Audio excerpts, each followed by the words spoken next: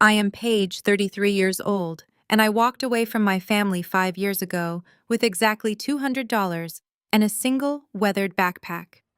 They told our entire neighborhood that I was a selfish, ungrateful daughter who abandoned her loving parents in their time of need. I let them spin their lies, while I built an empire out of nothing, specializing in buying and liquidating distressed corporate debt. Last month, my golden child brother searched my name online for the very first time. He called my mother crying, then my father, then my sister. Within just 24 hours, my phone lit up with 55 missed calls. Every single voicemail carried the exact same 3 desperate words. Before I continue this story, let me know where you are watching from in the comments below.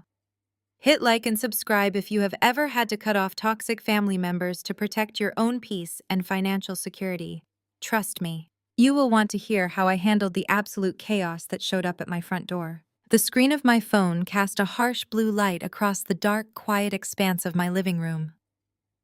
I sat deep in my leather armchair, slowly swirling a glass of neat bourbon. Beep, delete, beep, delete. I did not even let the audio play through for the first 54 messages. I knew the tone perfectly well. It was the same frantic, entitled panic they always had when they needed someone to clean up their massive mistakes. But the 55th voicemail broke through the silence. It was my mother, Brenda. Her voice was thick with theatrical sobs, the exact kind she perfected to manipulate neighborhood association meetings and church gatherings. "Paige, please pick up the phone immediately, we need you." She cried out, her breath hitching perfectly on cue. They did not miss me at all. They missed my usefulness and my ability to fix things. They missed the punching bag they threw out like trash 5 years ago. I took a slow sip of the bourbon, letting the warmth slide down my throat, and calmly pressed delete one final time. I placed the phone face down on the heavy glass coffee table. The absolute silence of my penthouse was a hard-won luxury I had earned by clawing my way to the top of the brutal financial sector. I closed my eyes briefly, ready to put the past back in its tightly sealed box. Before I could even set my crystal glass down, a piercing alarm shattered the quiet.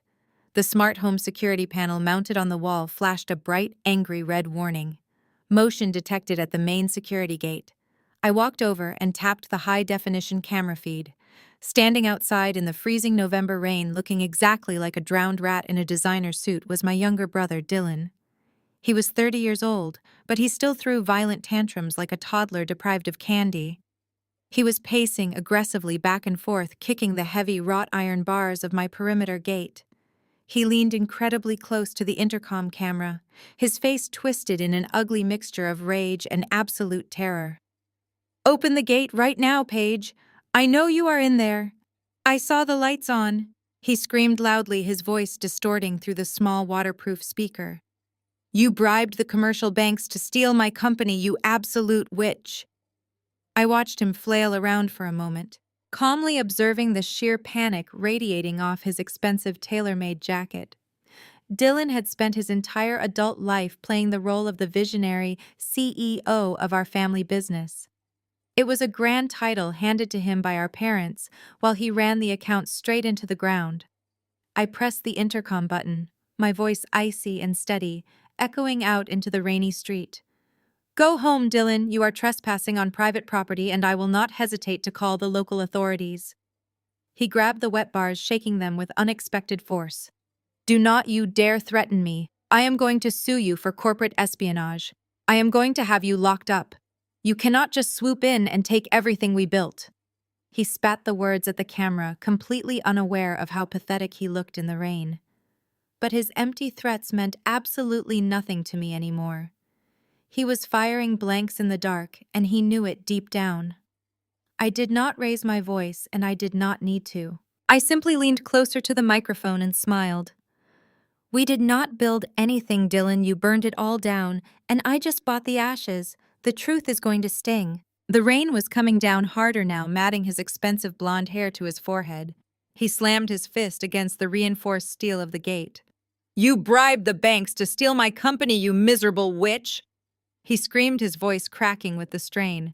"You have been plotting this for years. You are nothing but a jealous parasite trying to ruin my life because Mom and Dad loved me more. I stepped away from the intercom panel for a moment and walked over to my crystal decanter. The ice clinked softly against the glass as I poured myself a fresh measure of bourbon. His screaming continued outside, a muffled soundtrack of entitlement hitting a brick wall of reality. I walked back to the panel holding my drink in one hand and pressed the microphone button with the other. Did I plot this, Dylan? I asked quietly, letting the question hang in the cold night air. Or did you just assume the world would keep cleaning up your messes forever? Let us take a quick trip down memory lane. I want you to think back to a very specific Tuesday 5 years ago. Do you remember that night? Because I remember every single second of it. I remember sitting at the kitchen table while Dad looked me dead in the eye and told me I was destroying the family. I remember Mom crying, clutching her pearls, acting like the victim while you sat quietly in the corner staring at the floor. You did not say a word, did you? You just let them tear me apart to save yourself. He stopped shaking the gate. He stood completely frozen in the rain. You took my identity, Dylan. You forged my signature, opened 4 different premium credit cards in my name, and maxed them out to the tune of $50,000. You spent it on VIP bottle service, designer clothes, and gambling debts in Vegas. And when the fraud department called the house, what did you do? You cried to Mommy. You told them I was the one who went crazy and spent the money, and they believed you, because they always believed you. Shut up, he yelled, his voice suddenly lacking its previous fire. That was a long time ago. We did what we had to do to protect the family business. It was not personal. Protect the business. I laughed, a sharp, bitter sound that echoed through the intercom. You mean protect the golden boy? Dad looked at me, his own daughter, and said, my credit score did not matter because I was not the heir to the family legacy. He handed me a crisp $200 bill and told me to pack my bags. He said if I went to the police and ruined your future, he would disown me completely. So I took the $200 and I walked out into the cold. I had no apartment, no car, and a $50,000 anchor tied around my neck. You thought you buried me that night. You thought I would just fade away into poverty and let you reign supreme over the family empire without any competition. I took a slow sip of my bourbon, letting the warmth spread through my chest. But here is the funny thing about being thrown to the wolves. Sometimes you come back leading the pack.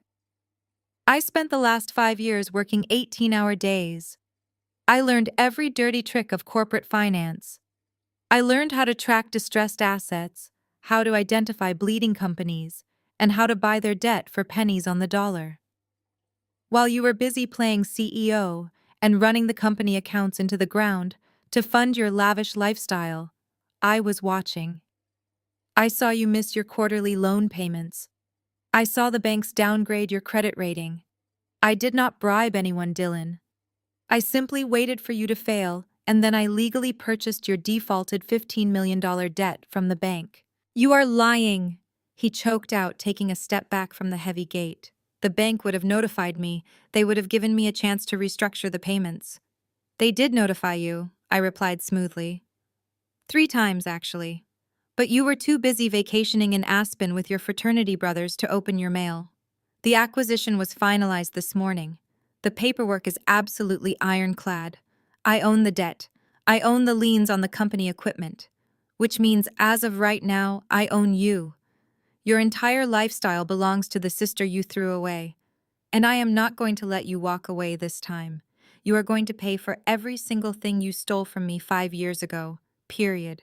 Then the silence broke. The panic that had been simmering just beneath his skin finally boiled over into pure, unadulterated rage. He grabbed the thick iron bars with both his hands, shaking them so violently the heavy metal rattled against the reinforced concrete pillars of my driveway. You are out of your mind, he screamed, spit flying from his lips and mixing with the heavy rain. I am calling the police right now. I am calling the feds. What you did is highly illegal. It is textbook corporate espionage. You cannot just secretly buy out a private family business without full board approval. I will have you thrown in federal prison for this. He pulled out his phone, his wet fingers fumbling aggressively across the cracked screen. You think you are so incredibly smart. Mom and Dad have the best corporate lawyers in the city on retainer, and they will eat you alive. They will tie you up in endless litigation for the next 10 years until you are completely bankrupt and begging for mercy. You are going to sign those ownership rights back over to me tonight, Paige. Do you hear me? You are going to sign a transfer deed right now, or I swear to God I will ruin whatever pathetic life you have managed to build. His voice was reaching a hysterical, frantic pitch, echoing down the empty, affluent street of my gated neighborhood. He was no longer playing the confident, untouchable executive. He was a cornered animal lashing out with the only weapon he had ever known, which was our parents' money and social influence. Open this gate right now, he demanded violently, kicking the lower bars with his expensive leather dress shoes, leaving deep scuff marks on the pristine steel. Bring out the paperwork. You are going to fix this, or I am absolutely not leaving.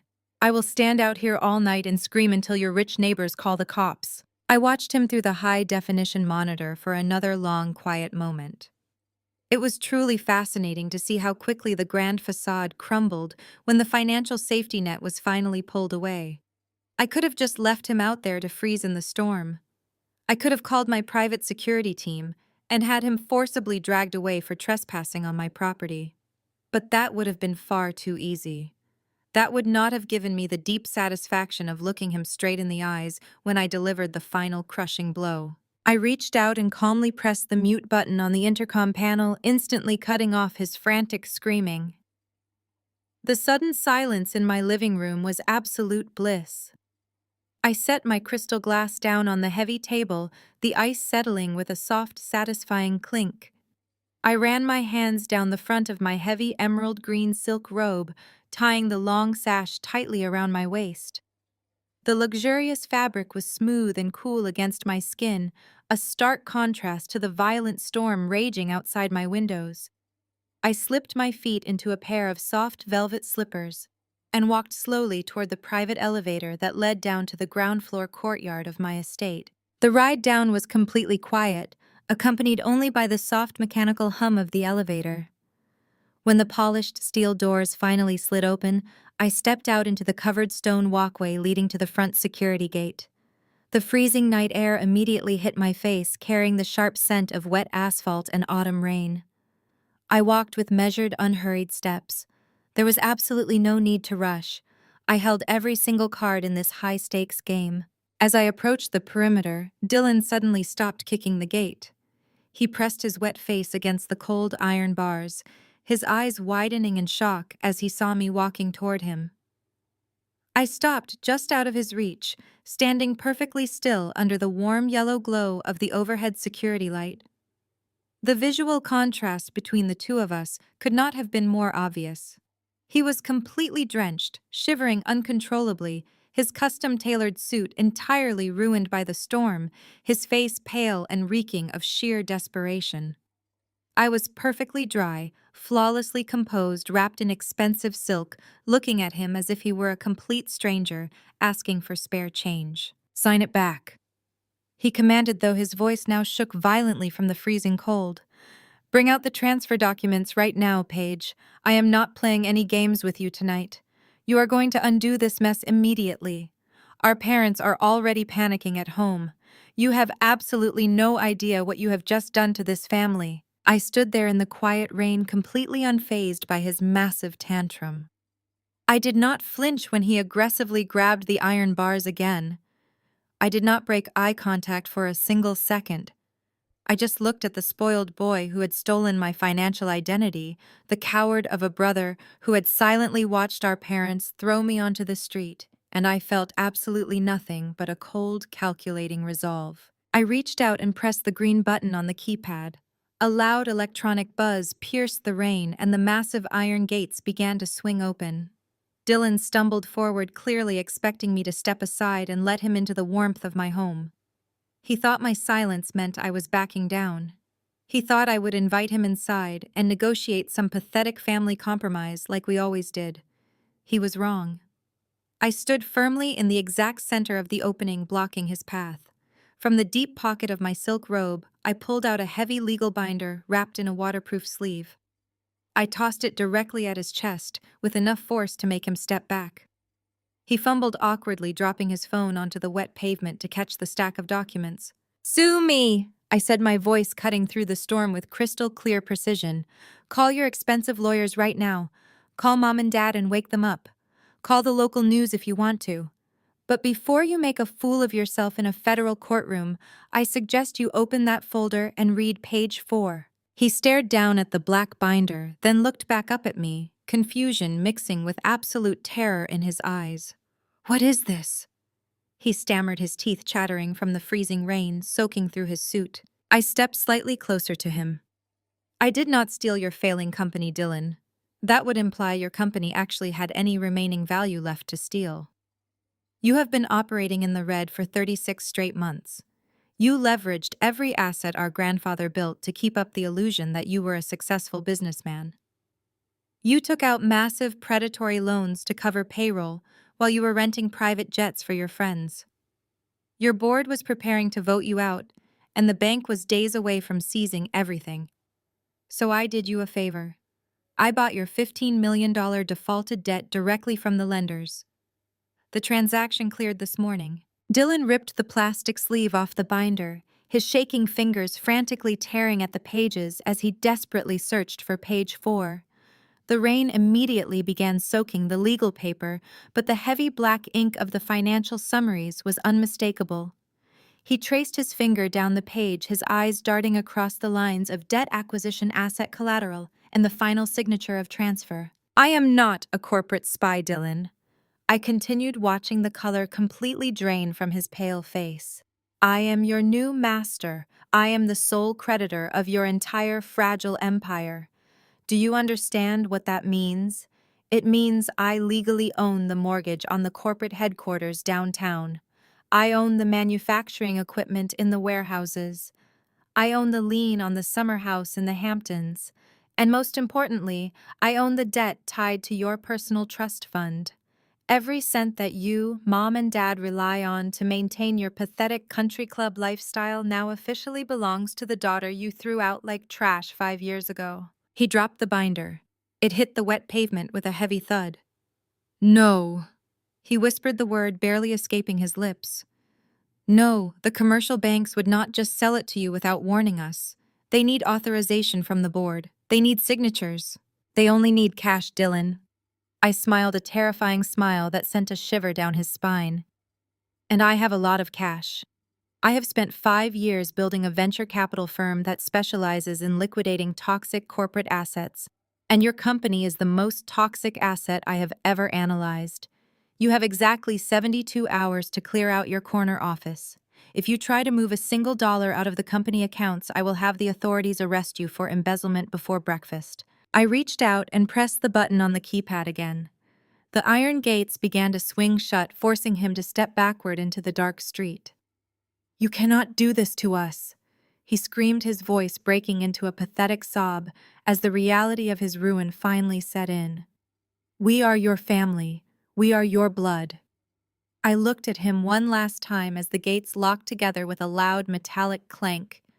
"You stopped being my family the night you stole my future to pay for your bar tab." I turned around and walked slowly back toward my elevator. "Tell Mom and Dad I will be seeing them very soon," I called loudly over my shoulder without looking back. "The game is just getting started." The bright morning sun reflected blindingly off the floor-to-ceiling windows of my 72nd floor office. At 9 o'clock sharp, the atmosphere at my venture capital firm was usually a symphony of hushed phone calls, rapid typing, and aggressive financial negotiations. I was sitting behind my sleek marble desk, reviewing the final acquisition files for Dylan's company, when the tranquil environment was violently shattered. Through the soundproof glass walls of my private office, I saw my executive receptionist, a tough young woman who usually handled aggressive billionaires with ease, frantically reaching under her desk to press the silent panic button. I did not need to guess what was causing the commotion. Striding off the private elevator with an infuriating air of unearned ownership was my entire estranged family. Richard, Brenda, Ashley, and Dylan pushed past the security turnstiles like they owned the building. My father, Richard, was leading the pack, wearing his best tailored navy suit and flashing a painfully fake charismatic smile at my bewildered staff. My mother, Brenda, followed closely behind, clutching a designer handbag like a shield, waving enthusiastically at the junior analysts, who were staring openly at the bizarre spectacle unfolding in our pristine lobby. "Oh, there she is, my wonderful daughter!"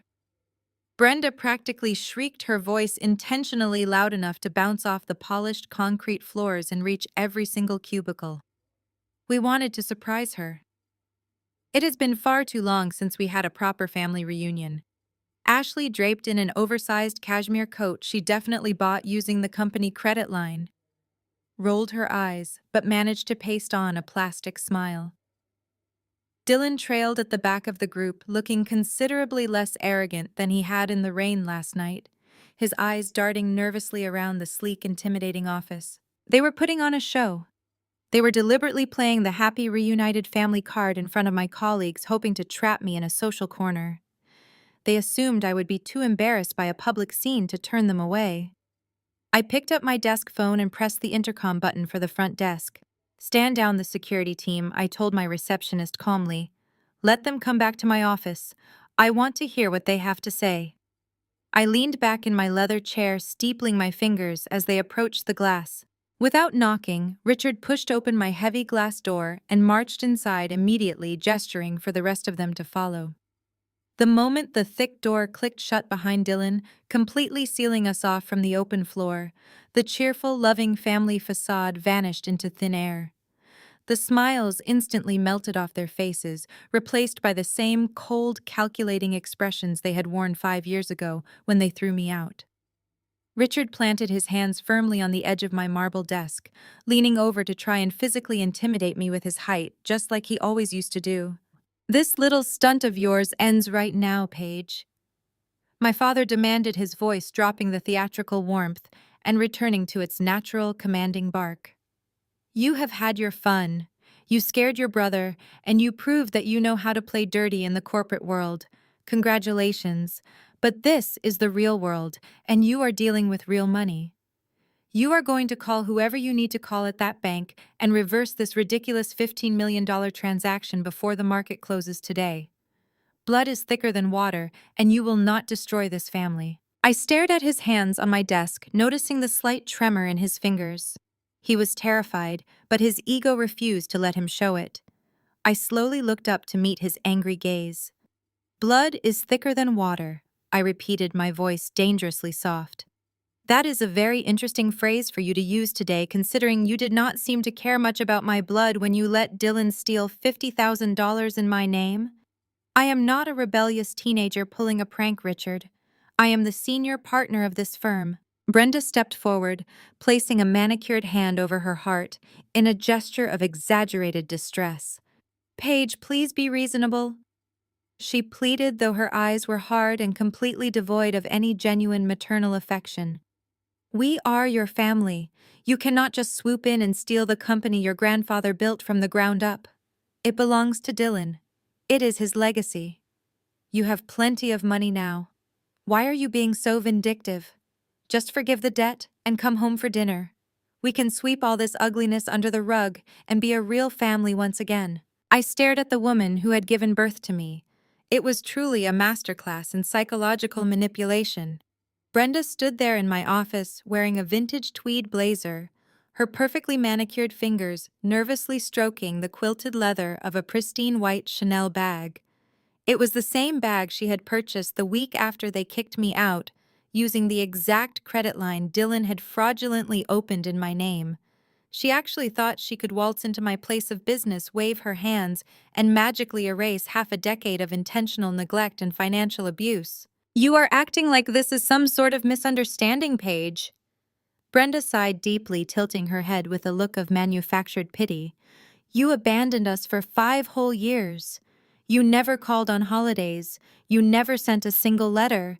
And now you just show up out of nowhere and want to make us homeless. I truly do not understand where this cruelty comes from. You were always so incredibly selfish growing up.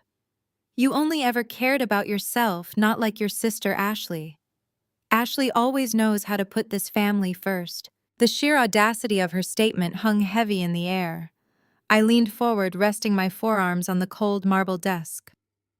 Abandoned you? I asked, keeping my tone deadly calm. Let us be very clear about the timeline here, Brenda. You and Richard packed my belongings into 2 garbage bags. You drove me to the downtown bus terminal. You handed me 2 crumpled $100 bills and told me that if I ever contacted the authorities about Dylan committing felony wire fraud, you would hire lawyers to destroy my reputation. You did not want a daughter. You wanted a scapegoat. And the second my usefulness expired, you threw me to the wolves. Brenda opened her mouth to argue, but before she could formulate another lie, Ashley pushed past her. Ashley looked absolutely furious, her face flushed with indignation. She slammed her hand flat against the thick glass wall of my office. Okay, enough of the ancient history, Ashley snapped, tossing her long dark hair over her shoulder. Nobody cares about what happened 5 years ago. What I care about is the fact that my platinum card was declined this morning at the country club. I tried to pay my monthly membership dues, and the front desk manager told me my account was frozen. Do you have any idea how deeply humiliating that was? My friends were standing right there looking at me. Ashley glared at me as if I had personally slapped her across the face. Dylan told us you froze the corporate accounts. That money feeds directly into my private trust fund page. I have expensive tuition payments for my kids' private school due next week. I have a lifestyle to maintain. You are going to log into your computer right now, call the bank manager, and unfreeze those accounts immediately so my monthly allowance can clear. You can fight with Dylan and Dad all you want about the business, but you do not get to mess with my money. Your money! I raised an eyebrow, genuinely amused by her profound delusion. Ashley, you are 35 years old, and you have never worked a single day in your entire life. You sit by the pool drinking margaritas while drawing a 6-figure salary from a company you do not even know the address of. That trust fund was sustained by predatory loans that Dylan took out just to keep the lights on. It was never your money. It was borrowed time and time just ran out. You are just jealous. Ashley spat back, stepping closer to my desk. You have always been jealous of me. Because Dad actually gave me a trust fund while you got nothing, so now you are trying to play the big tough boss to punish us. Well, I am not leaving this office until my cards are reactivated. I am not going to suffer just because you have some unresolved childhood trauma. You are going to fix my account right now, or I will make sure everyone in our social circle knows exactly what a vindictive, unstable person you truly are. She crossed her arms, standing tall and defiant, entirely confident that her demands would be met because she demanded them. The 3 of them stood in a line facing my desk: Richard, Brenda, and Ashley. A unified front of entitlement and greed, completely blind to the reality of the massive legal avalanche that had just buried them all. I reached over to my silver pen holder, pulled out a heavy fountain pen, and smiled. I did not even need to raise my voice to destroy their pathetic illusions right then and there. Before I could uncap the fountain pen to sign the rejection of their demands, the heavy glass door of my office swung open with a violent rush of air. The sudden noise broke the tense standoff. We all turned to see Devin standing in the doorway. Devin was Ashley's husband, a 37-year-old financial analyst who had clawed his way out of a working-class neighborhood in Chicago to earn a full scholarship to an Ivy League university. He was the only person in my entirely delusional family who actually possessed a functioning brain and a strong work ethic. But today, the usually composed and immaculate man looked completely unraveled. His designer tie was yanked loose around his neck. His forehead was glistening with a heavy layer of nervous sweat, and he was breathing heavily, as if he had just sprinted up all 72 flights of stairs instead of taking the private elevator. In his trembling right hand, he tightly gripped a thick stack of printed papers. It was the digital financial disclosure packet I had emailed to Dylan's corporate inbox just before dawn. Ashley immediately spun around to face him, her face lighting up with vindictive glee. She thought her knight in shining armor had arrived to fight her battle. Devon, thank God you are here. She commanded, her voice ringing with that familiar grating tone of utter entitlement.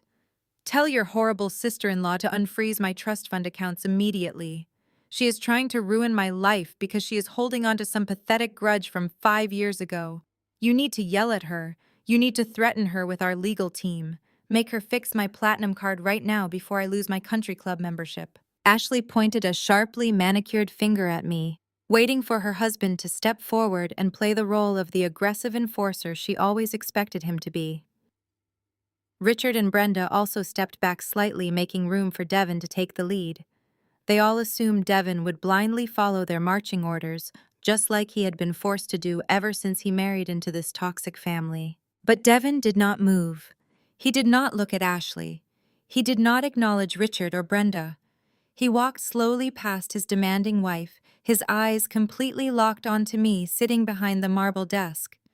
The papers in his hand rustled loudly in the quiet room as his grip tightened. His chest he heaved with every breath as he crossed the expensive carpet. Devon, are you deaf? Ashley snapped loudly, grabbing his arm and trying to physically pull his attention toward her. I said, tell her to unlock my money. Stop staring at her and do something about this nightmare. Devon finally reacted, but not in the way anyone in that room expected. He forcefully yanked his arm out of Ashley's grip without even glancing in her direction. Shut up, Ashley, he said. His voice was low, gravelly, and shaking with a terrifying intensity that instantly silenced her. Ashley gasped, her mouth falling open in genuine shock. In 10 years of marriage, Devon had never once raised his voice at her or publicly dismissed her. Richard puffed out his chest, stepping forward to defend his daughter, but Devon held up a hand to stop him, his eyes never leaving mine. Devon stepped up to the edge of my desk, stopping right beside the spot where my father was standing. The expression on his face was one of the most fascinating things I had ever witnessed in my entire professional career. There was no anger in his dark eyes. There was no familial betrayal. Instead, there was a profound, suffocating terror mixed with an undeniable sense of absolute professional respect. He looked at me the way a junior chess player looks at a grandmaster who has just trapped them in an inescapable checkmate in 5 brilliant moves. You read the disclosure file, I stated calmly, setting my fountain pen down onto the cool marble surface. It was not a question. I read every single line. Devon whispered, his voice echoing loudly in the sudden dead silence of the office. He swallowed hard, wiping a bead of sweat from his temple. I read the acquisition clauses. I read the asset transfers. I ran the numbers on the collateral damage. I know exactly what you did, Paige. What are you two talking about? Richard demanded, his fake confidence rapidly evaporating as he looked back and forth between Devon and me. Devon, what is in those papers? It is just a standard bank debt transfer. We can legally challenge it. We have the resources to tie this up in court for a decade. Dylan already spoke to our legal department this morning. Devon finally turned to look at my father, and the raw pity in his expression made Richard physically take a step backward. You have absolutely no idea what is happening right now, Richard. Devon said, his voice laced with dread. You all walked in here thinking you could bully Paige into giving you your allowance back. You think this is a family dispute over a couple of frozen credit cards and hurt feelings. Devon turned back to me, placing the crumpled stack of papers gently onto my desk. He smoothed out the top page, pointing his shaking finger to a small, easily overlooked paragraph buried deep in the complicated legalese. He looked at Ashley, who was still standing in stunned silence, and then he looked at Brenda, who was clutching her Chanel bag like a life preserver. She did not just buy the $15 million corporate debt. Devon said, his voice dropping to a terrified whisper as the full weight of the reality crashed down onto the room. Devon turned slowly to face Richard, his hands still gripping the crumpled documents. The holding company, Richard. He said, his voice completely devoid of its usual respectful tone. She bought the Delaware Holding Company. Grandfather established it decades ago specifically to protect the intellectual property of the business. It was completely separate from the primary operational accounts. Dylan defaulted on the primary corporate loans, yes, but he also cross-collateralized the holding company to secure a massive private line of credit for his own personal use 2 years ago. Richard blinked, the color rapidly draining from his face as he turned to look at Dylan. Dylan was standing frozen near the heavy glass door, looking like he was about to physically vomit onto the carpet. "Is this true?" Richard demanded, his voice cracking with sudden panic. "Did you leverage the patent-holding firm behind my back?" Dylan could not even speak. He just stared at the floor, his silence confirming everything Devin had just said. Devin let out a harsh, humorless laugh, waving the legal papers in the air. "Oh, it gets much worse than that, because Paige did not just assume the bank debt. The private lender Dylan used in Delaware was a subsidiary of Paige's venture capital firm. She has been holding that specific debt for 18 months, just waiting in the shadows for the primary bank to finally call in the operational loans. Once those operational loans defaulted this morning, the cross-collateralization clause was instantly triggered. She executed a perfectly legal, completely hostile takeover of all the intellectual property." Ashley crossed her arms, still completely oblivious to the complex mechanics of corporate finance. "So what?" she asked impatiently, rolling her eyes. "Who cares about some old patents? The factories are still running right now. The client contracts are still active. Just unfreeze the bank account so I can pay my club fees and my kids' private school tuition. We can hire some lawyers to sort out the patent nonsense later." Devin turned to his wife, his expression hardening into one of pure, unfiltered disgust. "Are you truly this remarkably stupid, Ashley?" He snapped loudly, causing her to physically flinch backward.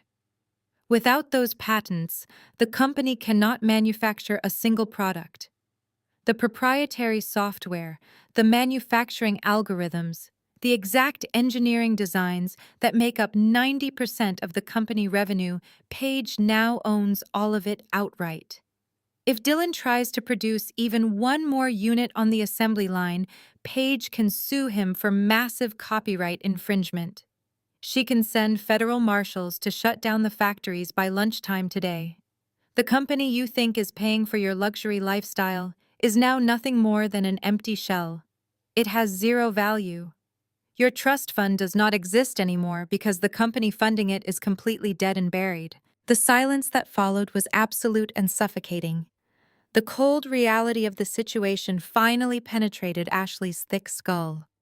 Her arms dropped limply to her sides, the arrogant, entitled posture completely vanishing as she stared at her husband in unadulterated horror. Brenda let out a pathetic, high-pitched gasp, dropping her pristine white Chanel bag onto the floor. It landed with a soft thud, serving as a perfect metaphor for their sudden plunge into financial ruin. Richard placed both his hands on top of his head, pacing frantically in the small space between my desk and the glass wall. "This is illegal," he muttered to himself, sheer panic lacing every single word. "This has to be illegal. You cannot just steal a family legacy in the middle of the night. We will call the Federal Trade Commission. We will get an emergency injunction from a judge. We will freeze your assets." "It is completely legal, Richard." Devin interrupted, his voice dropping to a terrifyingly calm register. "I am a senior financial analyst. I look at these types of hostile acquisitions every single day for a living. The contracts are flawless. Dylan signed away the rights when he took that predatory loan, and he was too arrogant and incompetent to even have a lawyer read the fine print. Paige executed a perfect legal maneuver. You have absolutely no leverage. None. She has completely cornered you." I sat quietly in my leather chair, watching the utter devastation wash over them. I had spent 5 long years planning this exact moment, calculating every single variable, anticipating every move they would make. Having Devin, the only person they usually ignored, deliver the fatal blow was simply the icing on the cake. I did not need to raise my voice or defend my actions. The math did all the talking for me. I just watched them slowly realize that the daughter they discarded was now the only one holding the keys to their survival. Devin turned back to the room, his eyes dark and heavy with the reality of what he had uncovered. He looked directly at Dylan, who was still paralyzed by the door, before turning his attention to Richard and Ashley. "She owns the intellectual property," Devin stated, delivering the final crushing blow with surgical precision. "Every single patent, Every piece of proprietary software, every trademark that makes your products legally viable belongs solely to her now. But that is not even the worst part.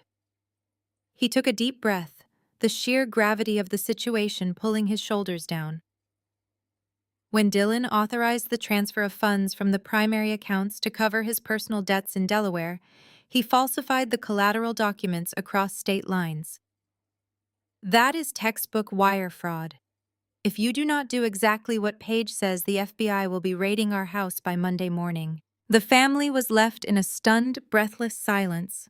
The only sound in my sprawling office was the faint hum of the air conditioning unit and the distant wail of a police siren 70 floors below us. Richard swayed slightly on his feet, reaching out to grip the edge of my marble desk just to keep himself upright.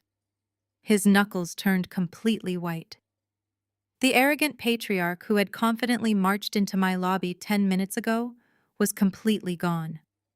In his place stood a terrified, aging man who suddenly realized he was about to lose his mansion, his country club membership, and his precious freedom all in one fell swoop. Ashley pressed her hands against her mouth, her eyes wide with unadulterated panic, finally understanding that her luxurious bubble had violently burst. Brenda looked like she was about to faint, her knees visibly trembling as she stared at the crumpled documents on my desk, as if they were a live grenade. "You cannot let them take your brother to prison, Paige!" Brenda whispered, her voice cracking, as genuine tears finally welled up in her eyes. It was no longer a theatrical performance. The fear radiating from her was entirely real. "Please, I am begging you. He made a mistake. We all made mistakes. But you cannot destroy his life over money. We can find a way to pay you back. We will sell the summer house in the Hamptons. We will liquidate the retirement portfolios.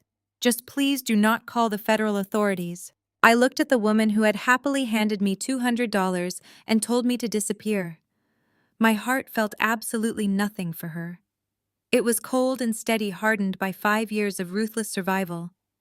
I picked up my fountain pen and calmly tapped it against the marble. "You do not have a summer house in the Hamptons anymore, Brenda," I reminded her quietly. "I own the lien on that property too. You have absolutely nothing left to sell." Richard swallowed hard, attempting to regain a shred of his dignity. He straightened his back, though his hands were still shaking. "Paige, let us take a step back and approach this logically," he said, forcing a hollow tone of diplomacy. "You are a businesswoman. You want a return on your investment, not a messy public scandal that will drag your own firm through the mud. There has to be a reasonable compromise we can reach. Let us sit down like civilized adults and hash out a restructuring plan. Thanksgiving is just 2 days away. Come to the house. We will have a proper family dinner, no lawyers, no yelling. We can figure out a way to resolve this quietly." I studied his face, seeing the desperate wheels turning in his head. He was already plotting, trying to figure out how to corner me on his home turf surrounded by the ghosts of my childhood. He thought he could still play the authoritative father figure if he got me back into his dining room. It was a pathetic, transparent strategy, but it was exactly what I wanted him to do. The financial ruin was only the first phase of my plan. I wanted to dismantle their toxic dynamic from the inside out, and the Thanksgiving table was the perfect battlefield. I looked over at Devin, who gave me a subtle, knowing nod. He understood exactly what was happening. I placed the pen back into its silver holder and leaned forward. "Fine," I said, my voice ringing with absolute finality. "I will come to Thanksgiving dinner. But understand this, Richard. I am not coming as your daughter. I am coming as your executioner. You have exactly 48 hours to come up with a compelling reason why I should not liquidate your entire existence. Have the turkey ready by 6 sharp, and if anyone is late, I call the feds." 2 days later, at exactly 6 o'clock in the evening, my driver pulled up to the colonial estate where I had grown up. The massive brick house looked exactly the same as it had the night I was thrown out. The manicured hedges were perfectly trimmed, and warm light spilled from the large bay windows into the chilly autumn evening. I stepped out of the sleek black car wearing a tailored charcoal suit and walked up the long stone pathway. I did not bother knocking. I simply turned the brass handle and walked right into the grand foyer. The smell of roasted turkey and cinnamon immediately hit me, a heavy scent designed specifically to evoke a sense of familial nostalgia. Brenda came rushing out of the kitchen, wiping her hands on a floral apron I had not seen since I was 10 years old. She had dropped the terrified demeanor from my office, replacing it with the frantic, cheerful energy of a mother hosting a holiday special. "Oh, sweetie, you made it!"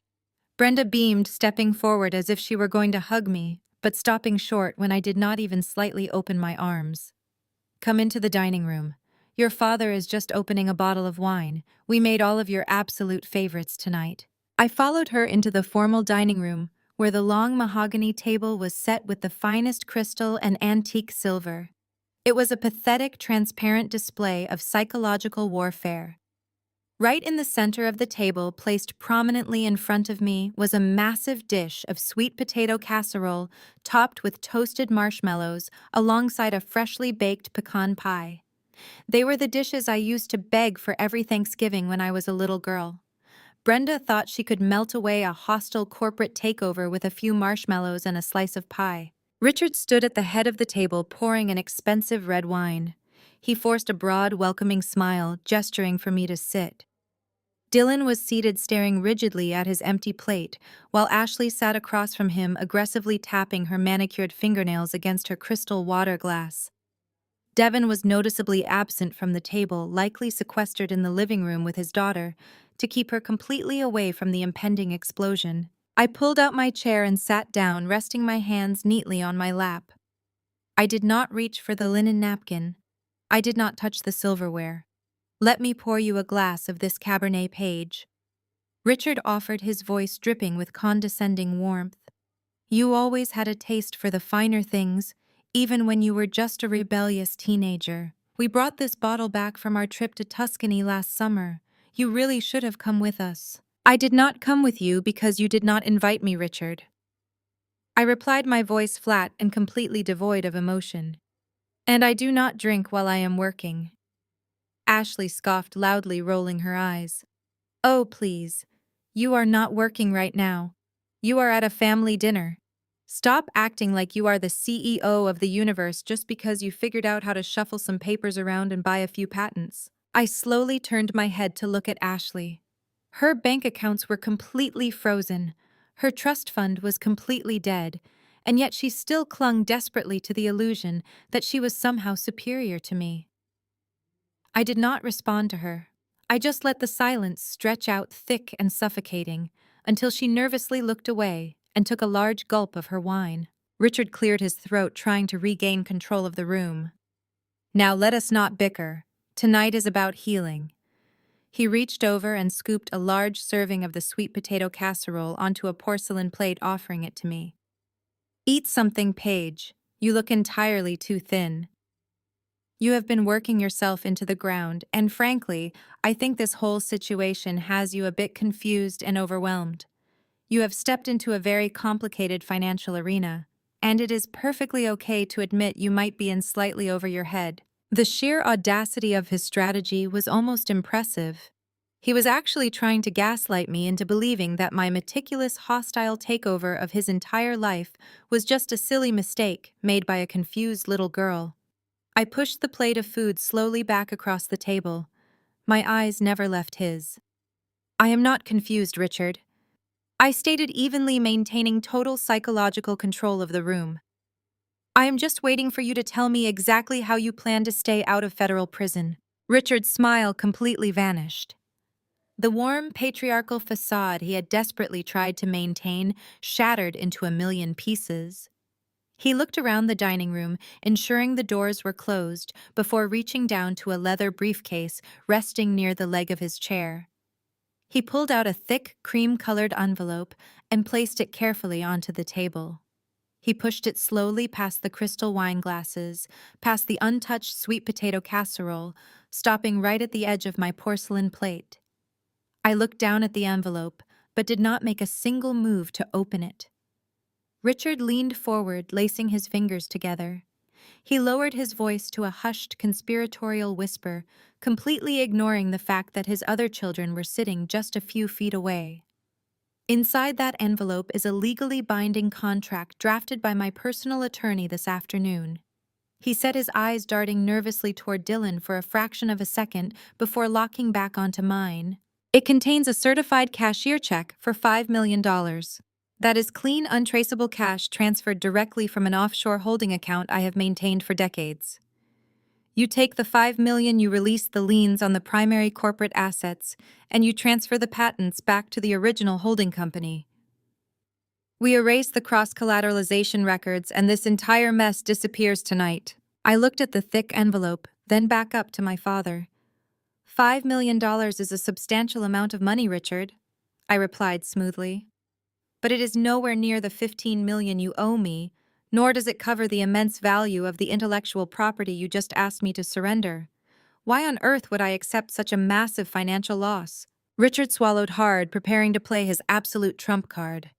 He unlaced his fingers and placed his palms flat on the mahogany table. Because the $5 million is only the immediate cash incentive, he explained, his voice turning ice cold. I have also included a fully executed amendment to my last will and testament. If you sign that contract right now, I am officially naming you the sole beneficiary of my entire estate. Every single remaining asset, the house we are sitting in, the stock portfolios, the overseas accounts, everything goes directly to you when I die.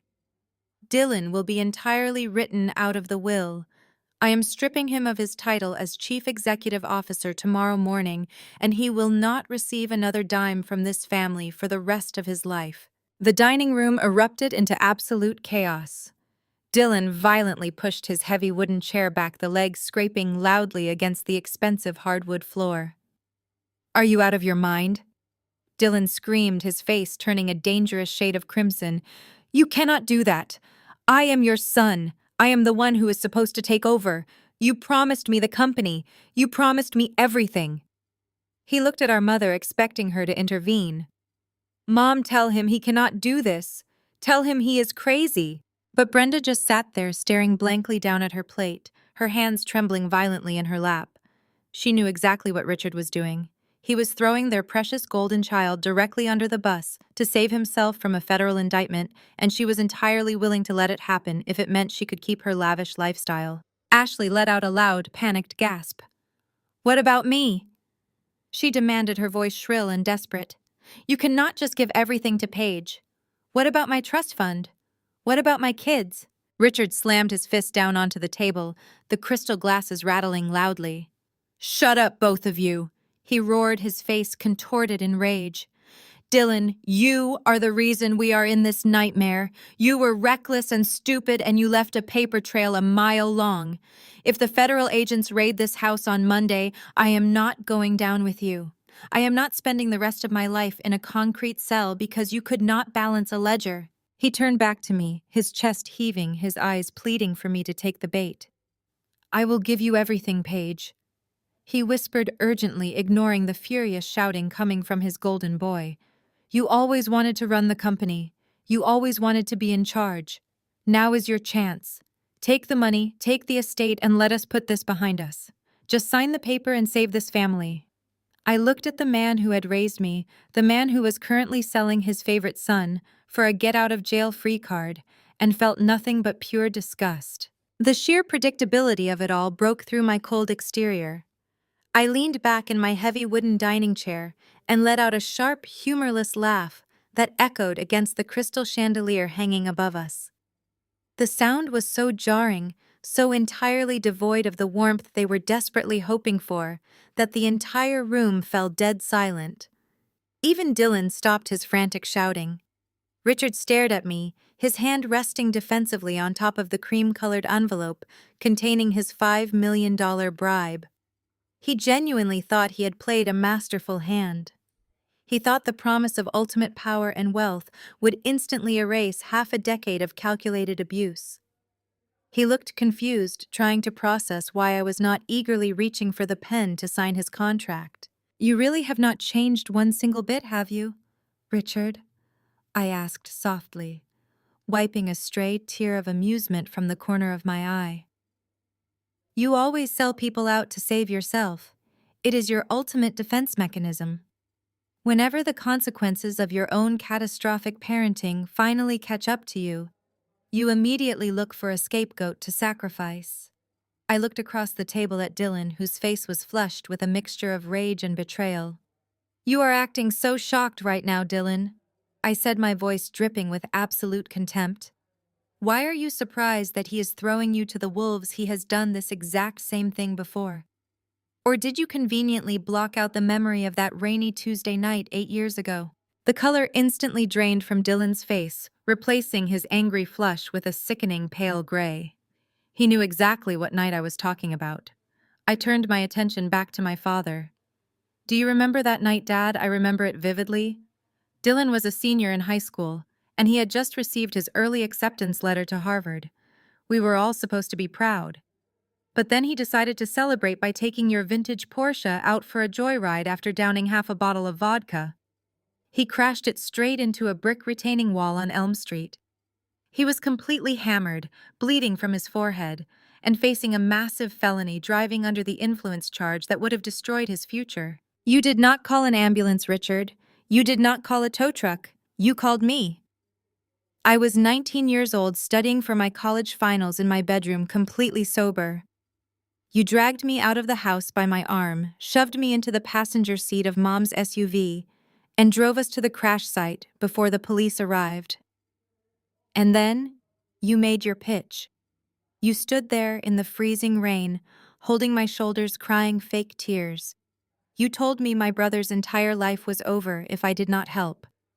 You said I was just going to a state school anyway, so a reckless driving charge on my record would not matter as much. You physically forced me to sit in the driver's seat of that wrecked Porsche. You forced me to sign a false confession for his crime?" I continued, my voice rising just enough to command the entire space. "You made me take the fall, pay the massive fines with my own part-time job money, and perform 200 hours of community service, picking up trash on the highway, all so your precious golden boy could go to Harvard with a spotless criminal record." And what did Dylan do? He let me do it. He stood on the sidewalk, perfectly safe, and watched the police put handcuffs on his younger sister. So do not sit there now and act like you are making some grand noble sacrifice by cutting him out of the will to save the company. You are just trading one child to protect yourself. Ashley stared at me, her mouth hanging open. She had never known the truth about the crash. They had told her I stole the car. Brenda kept her eyes firmly glued to her untouched turkey, confirming her silent complicity in the entire cover-up. I reached out and tapped the thick envelope with my index finger. "So you can take this $5 million, and you can take your newly amended will, and you can burn them in the fireplace right now. I do not want your estate. I do not want this house. I built my own empire from the ground up because I learned early on that relying on you was a guaranteed death sentence. I am not signing anything tonight, Richard. I am going to happily watch you lose everything." The silence in the room hung heavy, suffocating my father as the reality of my absolute refusal set in. Richard slowly pulled his hand back from the cream-colored envelope, his shoulders slumping in total defeat. He looked old, suddenly stripped of all the fake authority he had wielded like a weapon my entire life. Dylan was breathing heavily, his fists clenched on the mahogany table, torn between hating me and hating the father who had just tried to sell him out. I started to push my chair back to leave, feeling the deep satisfaction of a flawless victory. But then a sound cut through the thick tension. It was a soft, chilling chuckle. I stopped and looked across the table. Brenda had finally lifted her head. The trembling, terrified mother act was entirely gone.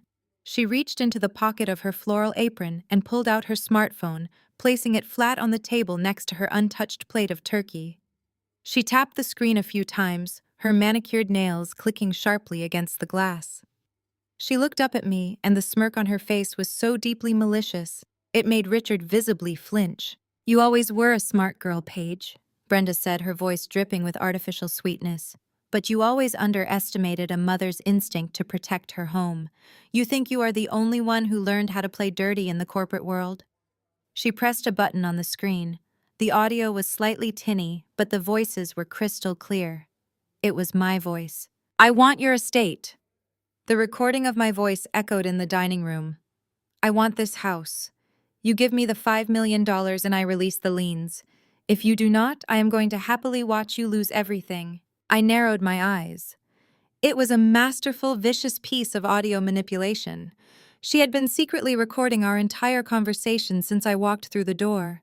She had taken fragments of my sentences, isolating specific phrases, and seamlessly spliced them together with pieces of Richard's desperate bribe.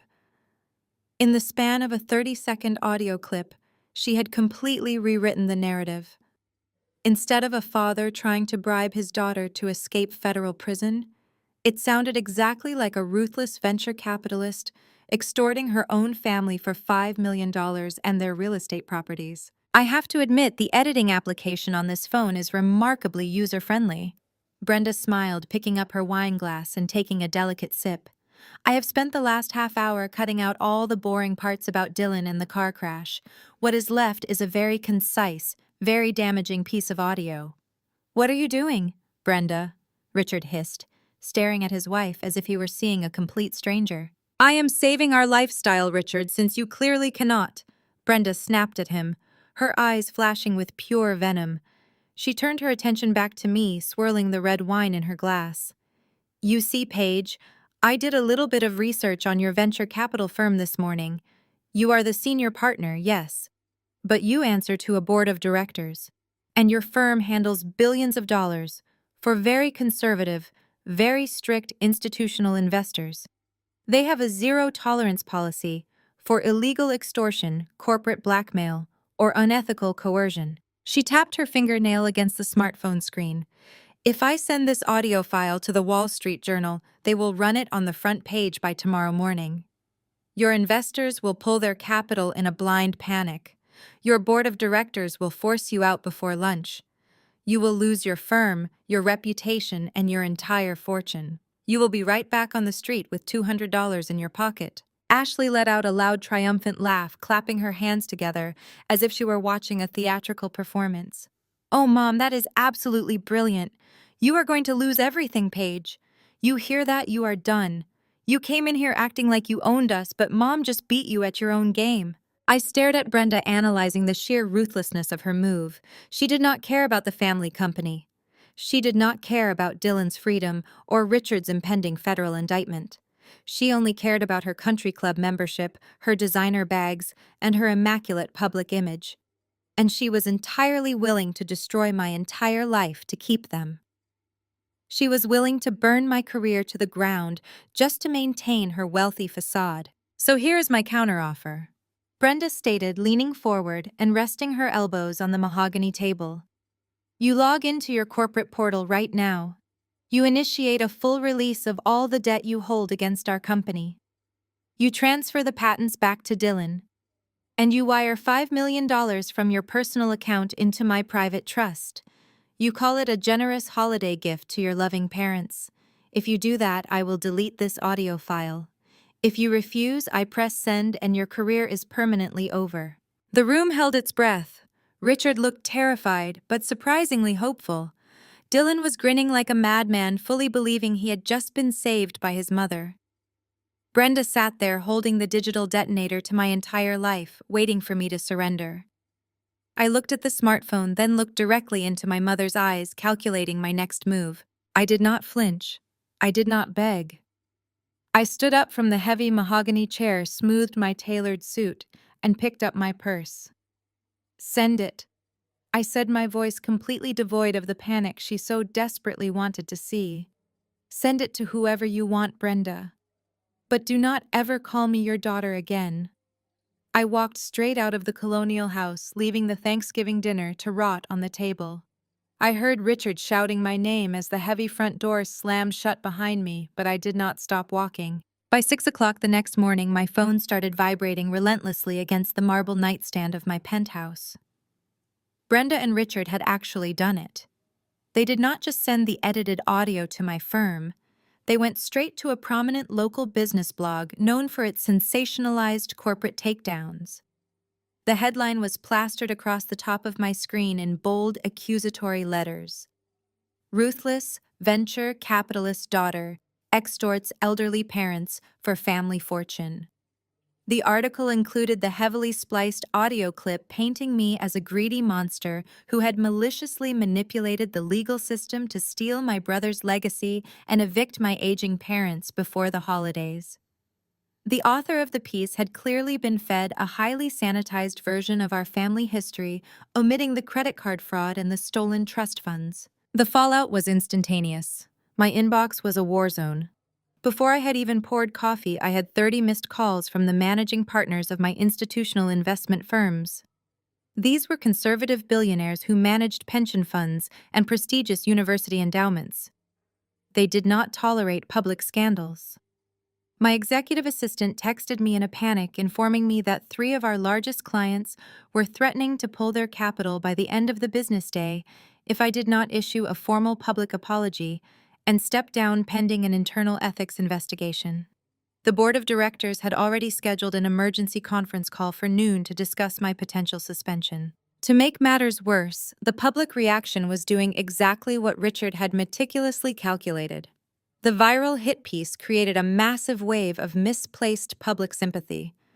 Retail investors completely unaware of the massive debt and the impending federal wire fraud charges started buying up the family company's practically worthless stock out of sheer pity.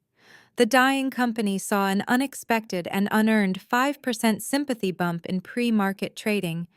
Dylan was suddenly trending on social media platforms as a tragic underdog, fighting bravely against his evil corporate sister. He even posted a pathetic, teary-eyed video thanking the public for their overwhelming support during his family's darkest hour. I drove to my office building through the heavy morning traffic, watching the news alerts continue to flood my phone screen. Most people in my position would be calling crisis management public relations firms. They would be frantically drafting statements and preparing generous severance packages. They would be calling Richard to surrender. But I was not most people. I knew exactly what Brenda was trying to accomplish with this smear campaign. She wanted to force my hand by weaponizing my own professional reputation against me.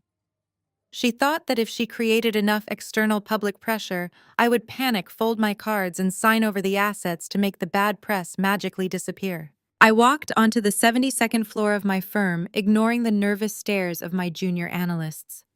The entire office was buzzing with anxious whispers. I walked straight into my glass office, shut the heavy door, and sat down at my marble desk. The red lights on my multi-line phone were flashing frantically, indicating a backlog of furious investors demanding immediate answers. I did not answer a single one of them. Instead, I opened my laptop and began transferring specific files to a secure external drive. If my family wanted to play a high-stakes game of public perception, I was prepared to obliterate them. I was not going to release a polite corporate statement defending my character. I was going to let them enjoy their temporary victory lap before I pulled the rug out from under them. Suddenly, my personal cell phone buzzed in my pocket. It was an incoming call from a blocked number. I answered it on the first ring, keeping my eyes fixed on the flashing lights of my desk phone. "Did you see the article?" a deep, familiar voice asked through the speaker. It was Devin. He sounded exhausted, likely calling from a burner phone to avoid Ashley finding out he was contacting me. "I saw it," I replied calmly, leaning back in my leather chair. "Your in-laws have been very busy this morning." "Very busy is an understatement," Devin replied, his voice tight with anxiety. He lowered his volume further, clearly terrified of being overheard. "I am calling you from the guest bathroom. Ashley has been celebrating all morning, popping champagne like she won the lottery. But that is not why I am calling you, Paige. You need to know what Dylan is doing right now. He has been on the phone since 5 this morning, leveraging every single drop of sympathy from that blog post." I opened my laptop, pulling up the live trading metrics for the family company. "And what exactly is the Golden Boy doing right now?" I asked, watching the stock ticker inch upward. "He is rallying his old college network," Devin explained, the disgust evident in his tone. "He is calling all his wealthy fraternity brothers, the guys whose fathers own hedge funds and private equity firms. He is pitching them a heroic rescue mission. He is using that hit piece to paint himself as the innocent victim of a hostile corporate takeover by his estranged, heartless sister." He is telling them that if they pool their money together and help him buy the debt back from you, he will give them all seats on the board of directors and massive equity stakes. I let out a soft chuckle. It was almost impressive how quickly Dylan could pivot from a cornered rat into a charismatic salesman when his survival depended on it. He actually thinks he can raise $15 million in a single weekend, just by passing around a virtual collection plate to his drinking buddies. He already has verbal commitments for $8 million, Devin warned, his voice dead serious. Do not underestimate the power of a rich boys club page.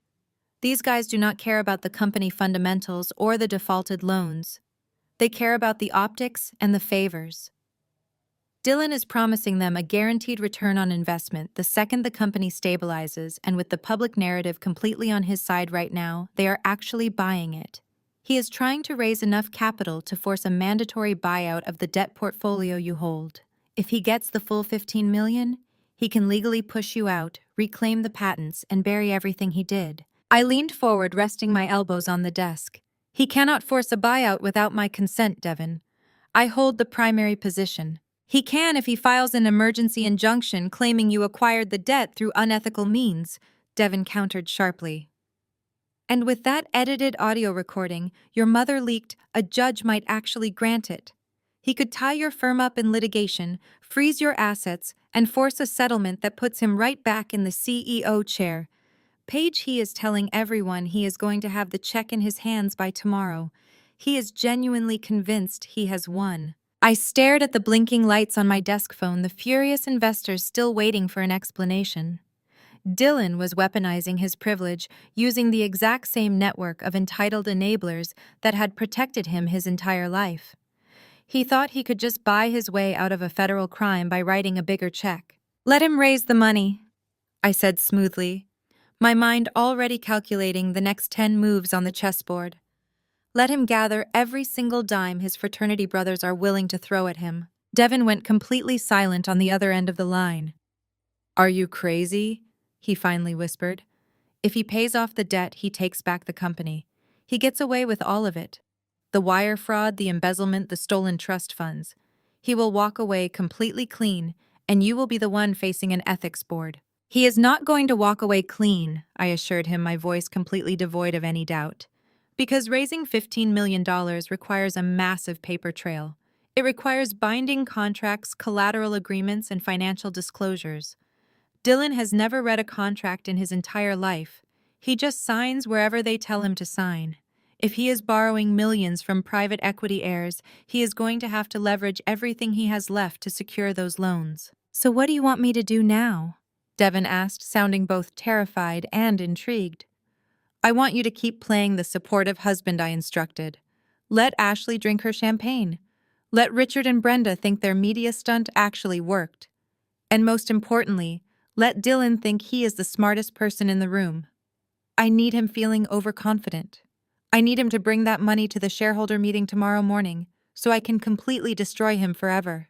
The clock on my office wall read almost midnight by the time I finally packed up my briefcase. The chaotic storm of angry investors and public relations fires had temporarily settled into a tense, uneasy silence. I took the private executive elevator down to the underground parking garage. The vast concrete space was completely empty, echoing with the sound of my heels against the pavement. The fluorescent lights hummed a low mechanical tune as I walked toward my car. Before I could reach for the door handle, a tall shadow detached itself from the concrete pillar near the exit ramp. I did not flinch or reach for my panic button. I knew exactly who it was before he even stepped fully into the light. Devin was wearing a dark trench coat, his hands shoved deep into his pockets. He looked exhausted, the dark circles under his eyes a testament to the sheer mental toll of living with my toxic family. I figured you would be working late tonight, Devin said quietly, his voice echoing slightly in the empty concrete garage. I parked 2 blocks away and walked down the exit ramp just to be safe. Ashley thinks I am at an emergency meeting with a client. I unlocked my car, but leaned back against the driver's side door, crossing my arms. You are taking a massive risk coming here, Devin. If Richard or Dylan find out you are conspiring with the enemy, they will unleash their corporate lawyers on you faster than you can blink. They will try to strip you of everything you have. Devin let out a bitter, exhausted laugh. Let them try. He walked closer, stopping just a few feet away from me. I am not like them, Paige, and I am sick and tired of pretending that I am. I grew up on the south side of Chicago with absolutely nothing. My mother worked 2 minimum wage jobs to keep the heat on during the winter. I earned my academic scholarships.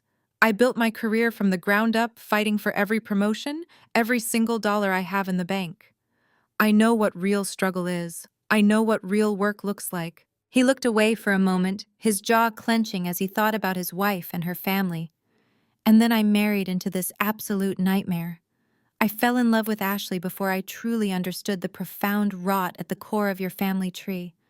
I have spent the last 10 years watching them operate, and it makes me physically sick. The sheer, unadulterated entitlement is suffocating. They expect the world to bend to their will without putting in a single ounce of effort. They treat people like disposable stepping stones. Dylan has never worked a hard day in his pathetic life, yet he walks around like a king because your father handed him an unearned crown. Devin turned his intense gaze back to me, the frustration evident in every line of his face. I had to sit there this morning and watch Ashley pop champagne bottles because she thought her trust fund was miraculously saved by a fake audio recording. She did not care about the unethical manipulation. She did not care that your mother was actively trying to destroy your professional reputation. All she cared about was maintaining her country club membership. But the way they treated you, Devin continued, his voice heavy with regret. The way they threw you onto the street to cover up for his felony 5 years ago, that was the ultimate breaking point for me. I wanted to say something back then, Paige. I wanted to help you, but I was terrified of losing my daughter in a vicious custody battle if I crossed Richard. I have carried that heavy guilt for 5 long years. I studied his face carefully, looking for any trace of deception. There was none. Devin was a man pushed to his absolute limit, trapped in a gilded cage with people he fundamentally despised. You do not owe me an apology, Devin, I said softly. You did what you had to do to protect your child. I would have done the exact same thing. But exactly why are you here right now? You already gave me the heads up about the frat boy money on the phone. You could have just stayed home and watched the fireworks tomorrow morning from a safe distance. Because a heads up is not quite enough to guarantee a final victory, Devin replied, his voice dropping to a serious whisper. Dylan is incredibly arrogant, but those private equity friends of his have very real financial power that we simply cannot afford to ignore if we want to end this game completely on our own terms. Devin reached deep into the inside pocket of his dark trench coat. He pulled out a small, sleek silver hard drive and held it between his fingers. The metallic surface caught the dim fluorescent light of the parking garage. This is not just a heads-up page, he said quietly, holding the drive out, but not releasing it yet. This is the final nail in the coffin. You know Dylan is incompetent. I know Dylan is incompetent. But what nobody else knows is that his incompetence was actually an incredibly poorly executed cover-up. I raised an eyebrow, stepping slightly closer to him. A cover-up for what I asked, my eyes fixed on the silver drive. For a decade of offshore money laundering, Devin replied, his voice dropping to a harsh whisper. Dylan did not just run the company into the ground by accident. He has been actively funneling operational capital into shell accounts in the Cayman Islands for 10 years. Every time the company took out a high-interest loan to cover payroll, he was siphoning 20% of that cash directly into his own private reserves. He falsified the corporate ledgers. He forged Richard's signature on the international transfer authorizations. Everything is on this drive. The encrypted emails, the fake vendor invoices, the offshore bank statements. It is all right here. I stared at the small device in his hand, feeling a sudden rush of cold clarity. Dylan was not just a spoiled frat boy who made bad business decisions. He was a federal criminal who had been actively stealing from his own family and their employees. If this drive contained what Devin claimed it did, it would not just stop the frat boy buyout. It would guarantee Dylan a decade in a federal penitentiary. And you just happen to have this evidence conveniently downloaded and ready to hand over. I asked, studying Devin's face. How did you even get access to his encrypted files? Devin let out a humorless breath. I am a financial analyst, Paige. It is literally my job to find hidden money. When Dylan came to me 3 years ago asking for help balancing his personal tax returns, he accidentally gave me access to his primary cloud server. He is so incredibly arrogant, he did not even realize he left the back door completely wide open. I saw the offshore transfers. I downloaded everything, and I have been quietly updating the file ever since, just waiting for the day this entire house of cards finally collapsed. He pulled the drive back slightly, slipping it halfway into his pocket. But I am not handing this over just because it is the right thing to do. I need absolute certainty that my daughter and I will not be caught in the blast radius when you detonate this bomb tomorrow morning. I nodded, fully expecting this negotiation. You want immunity. Devin reached into his other pocket and pulled out a folded legal document. I want this signed. It is an airtight legal agreement drafted by an independent attorney. It explicitly states that my personal assets, my retirement accounts, and most importantly, my daughter's college fund, are entirely shielded from any civil or criminal asset forfeiture related to your takeover of the company. It separates my finances entirely from Ashley's trust fund and the family estate. You sign this, guaranteeing you will not pursue my accounts when you liquidate the family, and the hard drive is yours. I took the folded document from his hand, leaning back against the hood of my car to catch the overhead light. I read through the clauses carefully. Devin had covered every single base. The contract was flawless, designed to create an impenetrable financial firewall around him and his child. He was not trying to save his marriage to Ashley. He was preparing to walk away from it the second the ship sank. I pulled my fountain pen from my purse, clicked the cap off, and signed my name on the bottom line without a single second of hesitation.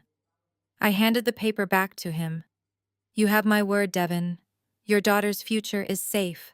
Devin exhaled a long, shaky breath, the immense tension finally leaving his shoulders. He handed me the silver hard drive.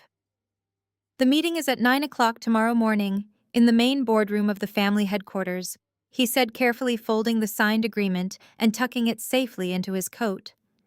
Richard and Dylan have invited all the major shareholders and the local business press.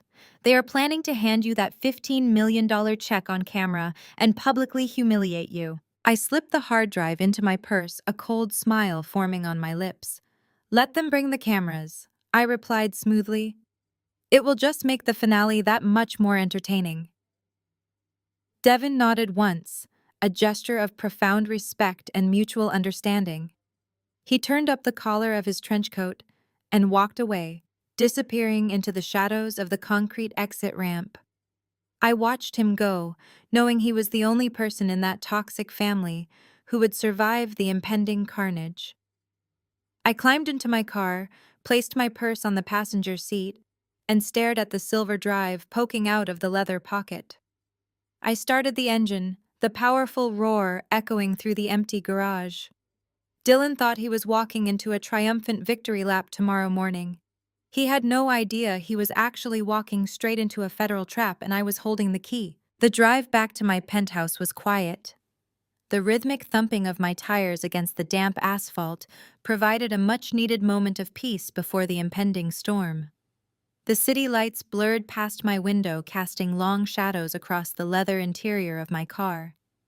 My mind was already racing ahead to the morning, running through the contingencies and ensuring every trapdoor was locked in place.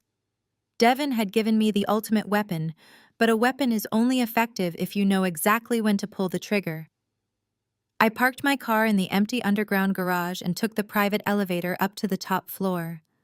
The absolute silence of my dark apartment welcomed me. I walked over to the kitchen island, placed my purse down, and extracted the silver hard drive.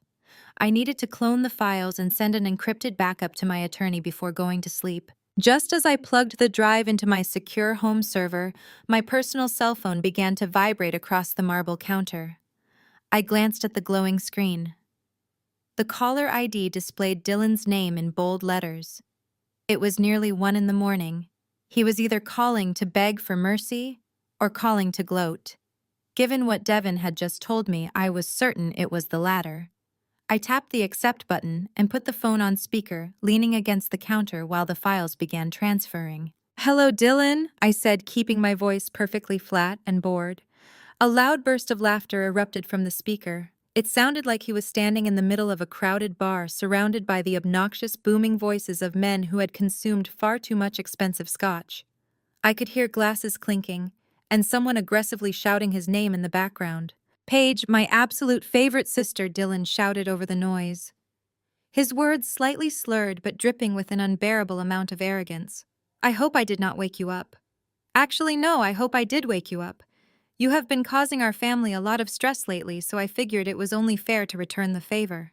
I watched the progress bar on my computer screen slowly fill with his encrypted offshore bank records. "I am awake, Dylan," I replied smoothly. "What do you want?" "It is late and we have a very important meeting scheduled for tomorrow morning." "Oh, I am very aware of the meeting." Dylan laughed, a harsh grating sound. "Mom and Dad are actually here celebrating with me right now. They wanted to pop a bottle of champagne, but I told them we should wait until tomorrow when we officially kick you out of our building. You really thought you had me cornered, did you not? You thought you could just use your dirty venture capital tricks to steal my legacy." I crossed my arms, staring at the flashing green light of the hard drive. "You defaulted on a $15 million debt, Dylan. It was not a trick. It was a perfectly legal acquisition of a failing asset." "Not anymore. It is not," he fired back triumphantly. "You underestimated me, Paige. You always have. You think because you ran away and got a fancy office that you are the only one who knows how to play the game. But you forgot that I have connections. Real connections. People who actually care about me and know how to recognize a good investment when they see one." The background noise on his end grew louder. I could hear Ashley's shrill voice cheering him on. He had put me on speakerphone for his entire audience of enablers and frat brothers to hear. "Is that so?" I asked, feigning a slight tone of concern just to feed his massive ego. "And who exactly is investing in a company that does not even own its own manufacturing patents anymore?" Dylan let out a loud, mocking sigh. "See, that is the beauty of good public relations. That little article Mom released this morning worked like an absolute charm. It showed everyone exactly who you are, a vindictive, greedy vulture. And it brought some very powerful people to my defense. Guys who do not want to see a good family destroyed by a bitter sibling. We pooled some funds together, but we were still a little short. So I made a few phone calls. I reached out to a private equity network on the East Coast." He paused for dramatic effect. I let him savor the heavy silence for a moment before he delivered his final blow. "I just secured a $15 million loan from a private real estate mogul in Delaware. I am paying you off tomorrow. You lose, bitch." He hung up the phone before I could respond. I simply smiled, ejected the cloned hard drive from my home server, and went to sleep with the peaceful certainty of an apex predator waiting patiently for the morning hunt. The next morning, the primary corporate headquarters of the family business was an absolute circus. I arrived at exactly 8:45 wearing a sharp crimson suit that stood out fiercely against the dull gray walls of the executive floor. The main boardroom was already packed to maximum capacity. Local business reporters, independent bloggers, and freelance photographers had clearly been tipped off and were crowded near the back wall, their camera lenses aimed directly at the massive mahogany table. The voting shareholders, most of whom were old friends of my father or wealthy frat brothers of Dylan, sat in their high-backed leather chairs, whispering aggressively and glaring at me as I took my seat at the far end of the room. They fully believed the tragic narrative Brenda had masterfully spun. To them, I was the heartless villain who had come to slaughter a beloved family institution. At exactly 9 o'clock, the heavy double doors of the boardroom swung open. The room fell completely silent save for the rapid clicking of camera shutters. Richard and Dylan strutted into the room like conquering kings returning from a glorious, hard-fought war. They were both wearing immaculate, custom-tailored suits projecting an aura of absolute financial invincibility. Brenda followed closely behind them, wearing a perfectly fitted designer dress and dabbing at her dry eyes with a silk tissue for the benefit of the press. Ashley walked in right next to her mother, completely unable to hide the massive vindictive grin spreading across her face. Dylan did not even bother sitting down at his designated chair. He marched straight down the length of the long boardroom table, his chest puffed out, walking directly toward where I was sitting calmly, with my hands folded over my leather portfolio. He reached into the breast pocket of his expensive suit and pulled out a crisp, rectangular piece of high-quality paper. With a violent, highly theatrical swing of his arm, he slammed the piece of paper down onto the polished mahogany right in front of me. "There it is," Dylan announced, his voice booming loud enough to ensure every single microphone in the room picked up his triumphant declaration. "A certified cashier check for exactly $15 million, clean cleared and ready to be deposited into your venture capital firm account today. The outstanding debt is fully paid off. You have absolutely no legal claim to this company, to its operational assets, or to its manufacturing patents anymore." The room immediately erupted into scattered applause from the loyal shareholders. Richard walked up and stood proudly shoulder to shoulder with his golden boy, placing a heavy supportive hand on Dylan's back. He looked down at me with a sickening mixture of fake pity and absolute contempt. "We gave you a chance to do this quietly, Paige," Richard stated, projecting his deep voice perfectly for the journalists aggressively scribbling in their notepads. "We tried to handle this internally like a real family, but you chose to attack us, and you completely underestimated the strength and resilience of this company." Dylan worked tirelessly through the night to secure emergency funding from a private equity firm in Delaware that actually believes in our vision. Now take your money, step down from any assumed authority you thought you had, and leave this building immediately. Ashley pushed her way to the front, leaning over the table to get as close to my face as physically possible. She let out a loud, mocking laugh that echoed sharply over the murmur of the crowd. "You really thought you were so incredibly smart, did you not?" She sneered, her eyes wide with malicious delight. "You thought you could just barge in here, steal my trust fund, and ruin our lives because you are still throwing a massive tantrum over something that happened half a decade ago. Well, look at you now. You are pathetic. Take the check and get out before security drags you out by your hair." The camera flashes were blinding, capturing every single angle of my supposed corporate defeat. The entire room was waiting for me to break. They expected me to look at the check, realize my hostile takeover had been brilliantly thwarted, and run out of the room in utter humiliation. They desperately wanted a public surrender. I did not move a single muscle. I did not reach for the $15 million check sitting quietly on the table. I simply looked up at Dylan, whose arrogant smirk was practically vibrating with nervous adrenaline. I watched them smile and waited. I slowly reached out and picked up the piece of paper. The check was real. $15 million printed clearly across the center, backed by a legitimate commercial bank. I held it up to the fluorescent light, inspecting the security watermarks. Dylan puffed out his chest even further, crossing his arms with a smug expression of total victory. "Go ahead and verify it," he said loudly. "Call the bank right now. The funds are cleared and sitting waiting right here for you." "Oh, I know it is real, Dylan," I replied calmly, setting the check back down onto the mahogany table. "I know exactly where this money came from, down to the last cent. What fascinates me is that you brought it here today. You brought reporters to document your incredible business acumen. You wanted everyone to see how you cleverly outsmarted the venture capitalist who tried to steal your legacy."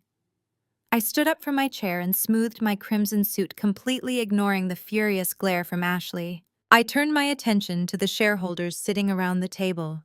"My brother has told you a very compelling story over the past 24 hours. He told you he secured funding from a brilliant real estate mogul in Delaware to save this company from my hostile takeover. He promised you this check would instantly erase the defaulted debt and restore his position as the rightful chief executive officer." I paused, letting my words echo. But there is an important rule in corporate finance Dylan never learned. Always read the fine print. I raised my right hand and gestured toward the back of the room. My lead corporate attorney, a tall and imposing man standing by the door, stepped forward. He held a small remote control and pressed a single button. The massive digital projector mounted on the ceiling whirred to life. The heavy mechanical blinds on the boardroom windows automatically slid shut, plunging the room into darkness before a bright high-definition image was projected onto the white wall right behind my father and brother. The image on the screen was a standard loan origination contract. It was the exact contract Dylan had hastily signed the night before. I walked slowly around the table, the click of my heels echoing sharply in the room.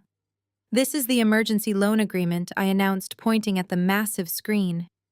$15 million, wired to a holding account to satisfy the outstanding corporate debt.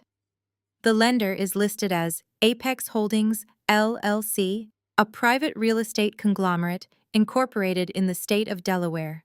Dylan rolled his eyes, scoffing very loudly.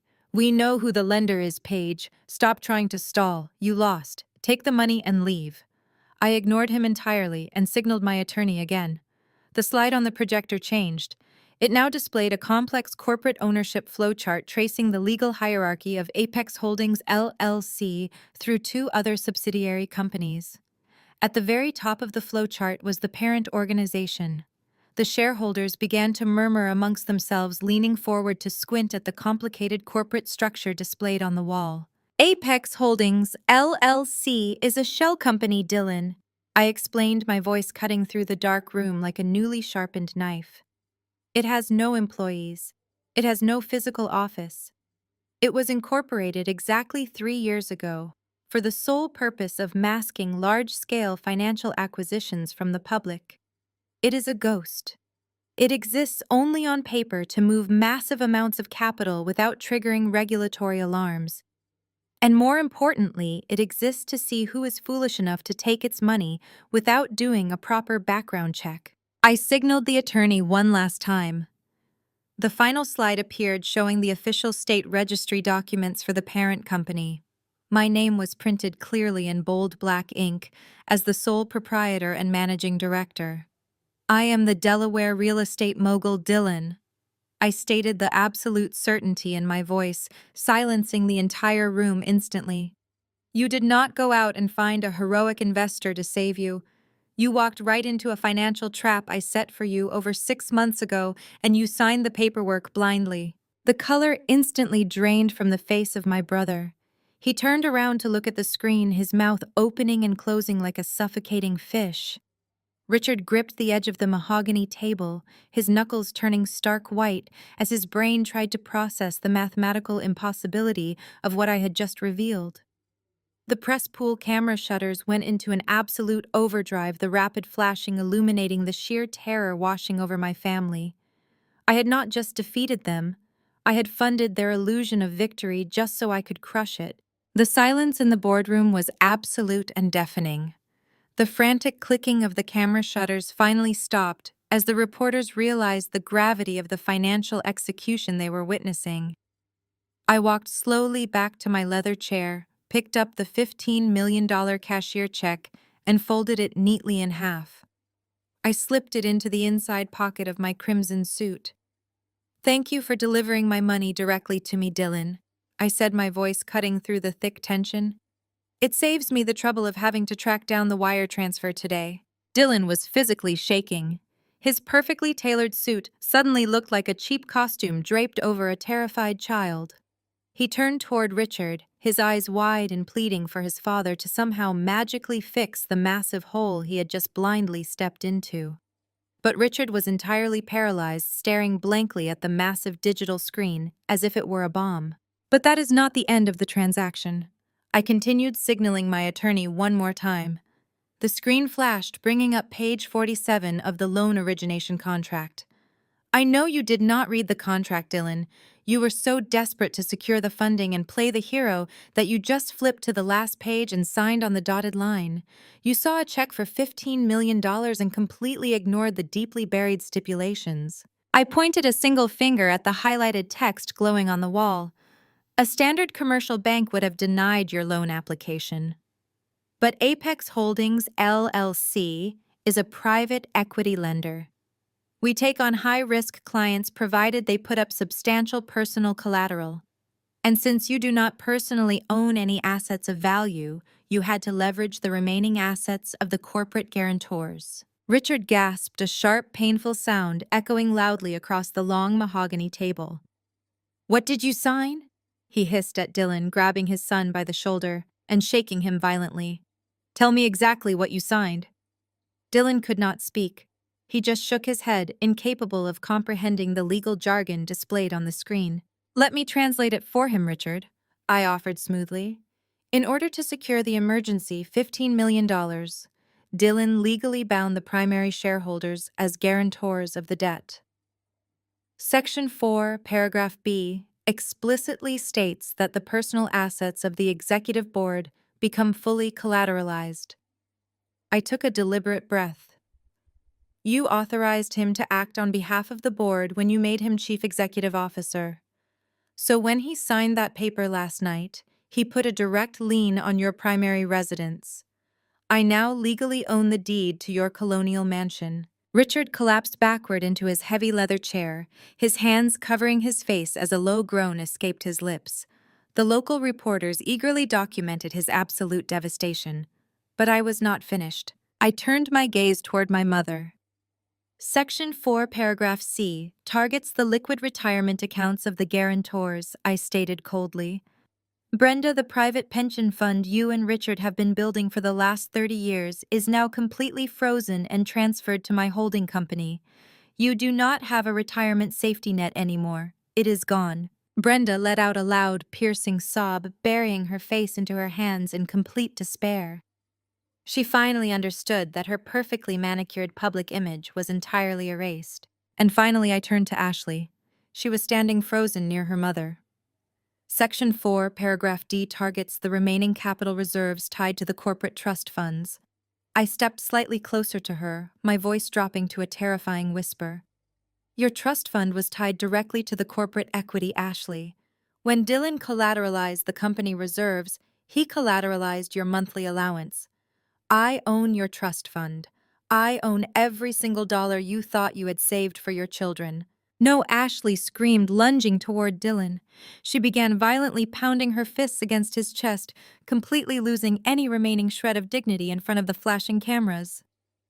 "You idiot! You ruined us! Give my money back!" Dylan stumbled blindly backward, desperately trying to push his furious, screaming sister away. The grand illusion of the powerful, untouchable family had been violently shattered. They had walked into the boardroom expecting to publicly humiliate me. Instead, they had willingly handed me the keys to every single asset they possessed.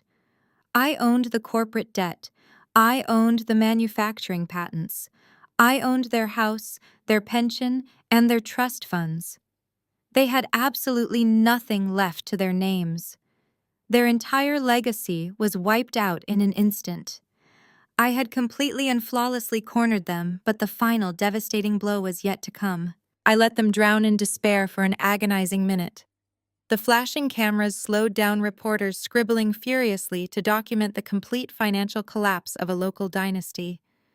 Dylan backed against the wall, clutching his hair while Ashley sobbed next to our mother. But the destruction of their personal wealth was only the penalty for their arrogance. Now it was time to collect the penalty for their crimes. I turned to my lead attorney and gave a single nod. He tapped his laptop and the massive projector screen went black before displaying a new set of documents. These were not loan agreements or corporate charters. They were highly classified offshore bank statements, encrypted email chains, and fake vendor invoices. I pulled the silver hard drive Devin had given me from my pocket and set it gently on the mahogany table. "My brother is not just a terrible businessman," I announced over the frantic whispers of the shareholders. "He is also incredibly sloppy with digital security. For the past decade, this company has been bleeding capital. We all knew that. But what none of you knew, especially those who invested your hard-earned money into this firm, is exactly where that capital was going." I pointed to a highlighted column on the projected bank statement showing millions of dollars systematically funneled into a private holding account in the Cayman Islands. Every time the company struggled to meet payroll, emergency funds were mysteriously diverted. But the most sickening part was not corporate embezzlement. It was the theft from the working-class people who kept your factories running. The screen shifted to a detailed ledger showing the employee retirement fund. The room erupted into gasps as the numbers demonstrated a massive withdrawal of pension assets. "You drained the employee retirement accounts," I said, staring directly at my family. "You stole the life savings of the men and women who worked the assembly lines for 30 years just so you could maintain your country club memberships. You used fake shell vendors to launder the money offshore, effectively robbing your workforce blind." The shareholders who had applauded Dylan 15 minutes ago were now on their feet shouting in outrage. Several of them threw their corporate pens at the screen. The press pool was in an absolute frenzy, realizing they had just stumbled into the biggest corporate fraud scandal of the entire decade. Dylan stared at the screen in horror. He knew about the offshore accounts and skimming from the corporate loans, but he had always believed his digital tracks were covered. He looked at me, his eyes wide with a terrifying realization. "You hacked my private server," he stammered, his voice trembling so violently he could barely form words. "I did not have to hack anything, Dylan," I replied coldly. "You were arrogant enough to leave the back door open. Now every single document on this silver drive is safely in the hands of the federal authorities." As if cued by my words, the heavy doors at the back of the boardroom swung open with a forceful crash. The angry shouting instantly died down. The reporters scrambled out of the way. 4 men and 2 women wearing dark windbreakers with large yellow letters marched into the room. They looked deadly serious, their hands resting cautiously near their utility belts as they quickly surveyed the chaotic scene. The lead agent, a tall man with steel-gray hair, stepped to the front of the mahogany table. "Nobody move," he commanded, his voice cutting through the tension like a thunderclap. "We have a federal warrant for immediate arrest based on irrefutable evidence of wire fraud, grand larceny, and embezzlement." Dylan let out a pathetic whimper. His knees finally buckled and he dropped heavily to the floor, wrapping his arms around his own chest to hold himself together. He knew he was going to federal prison. He knew his life was entirely over. Brenda screamed, lunging forward to protect her precious golden boy from the inevitable. But the federal agents did not look at Dylan. They did not even glance in his direction. The lead agent walked right past my trembling brother, completely ignoring him as he lay sobbing on the expensive carpet. Instead, the agents formed a tight circle around the head of the long table. The lead agent pulled heavy steel handcuffs from his belt. "Richard," he said, his voice echoing loudly in the silent room, "you are under arrest for federal wire fraud and the illegal embezzlement of employee pension funds. You have the right to remain silent." Richard stood, completely frozen, his mouth hanging open in sheer disbelief as the cold steel clamped tightly around his wrists. The entire room, including Dylan, stared in absolute paralyzing shock at the incredible climax of the chaotic morning. The metallic click of the heavy steel handcuffs echoed through the silent boardroom like a gunshot. Richard stood completely rigid, his eyes darting frantically from the federal agents to the digital projector screen still glowing against the wall. "This is a massive mistake," he finally choked out, his voice entirely devoid of its usual booming authority. "I am not the chief executive officer. Dylan is the one who signs the financial authorizations. You are arresting the wrong man." I walked slowly down the length of the mahogany table, stopping just a few feet away from where my father was being firmly held by the lead federal agent. "There is no mistake, Richard," I said quietly, ensuring every single person in the room could hear me. "For years, everyone in this company assumed Dylan was the one bleeding the accounts dry. He was the one buying the expensive sports cars, throwing lavish parties, and acting like an untouchable corporate king. It was the perfect blinding cover story." I turned to look down at my brother, who was still kneeling on the carpet, staring up at me with a mixture of terror and confusion. "But the truth is," I continued, my voice dripping with cold precision, "Dylan is simply too stupid to pull off a sophisticated international money laundering operation. He does not know how to encrypt offshore servers. He does not know how to set up ghost vendors in the Cayman Islands. He cannot even read a standard commercial loan agreement without blindly signing his name on the very last page. He was never the mastermind. He was just a highly visible, incredibly useful idiot." Dylan blinked, the harsh reality of my words slowly penetrating his panic. He looked at our father, his eyes widening in horror. "You told me those transfers were just standard tax loopholes. Dylan whispered, his voice trembling.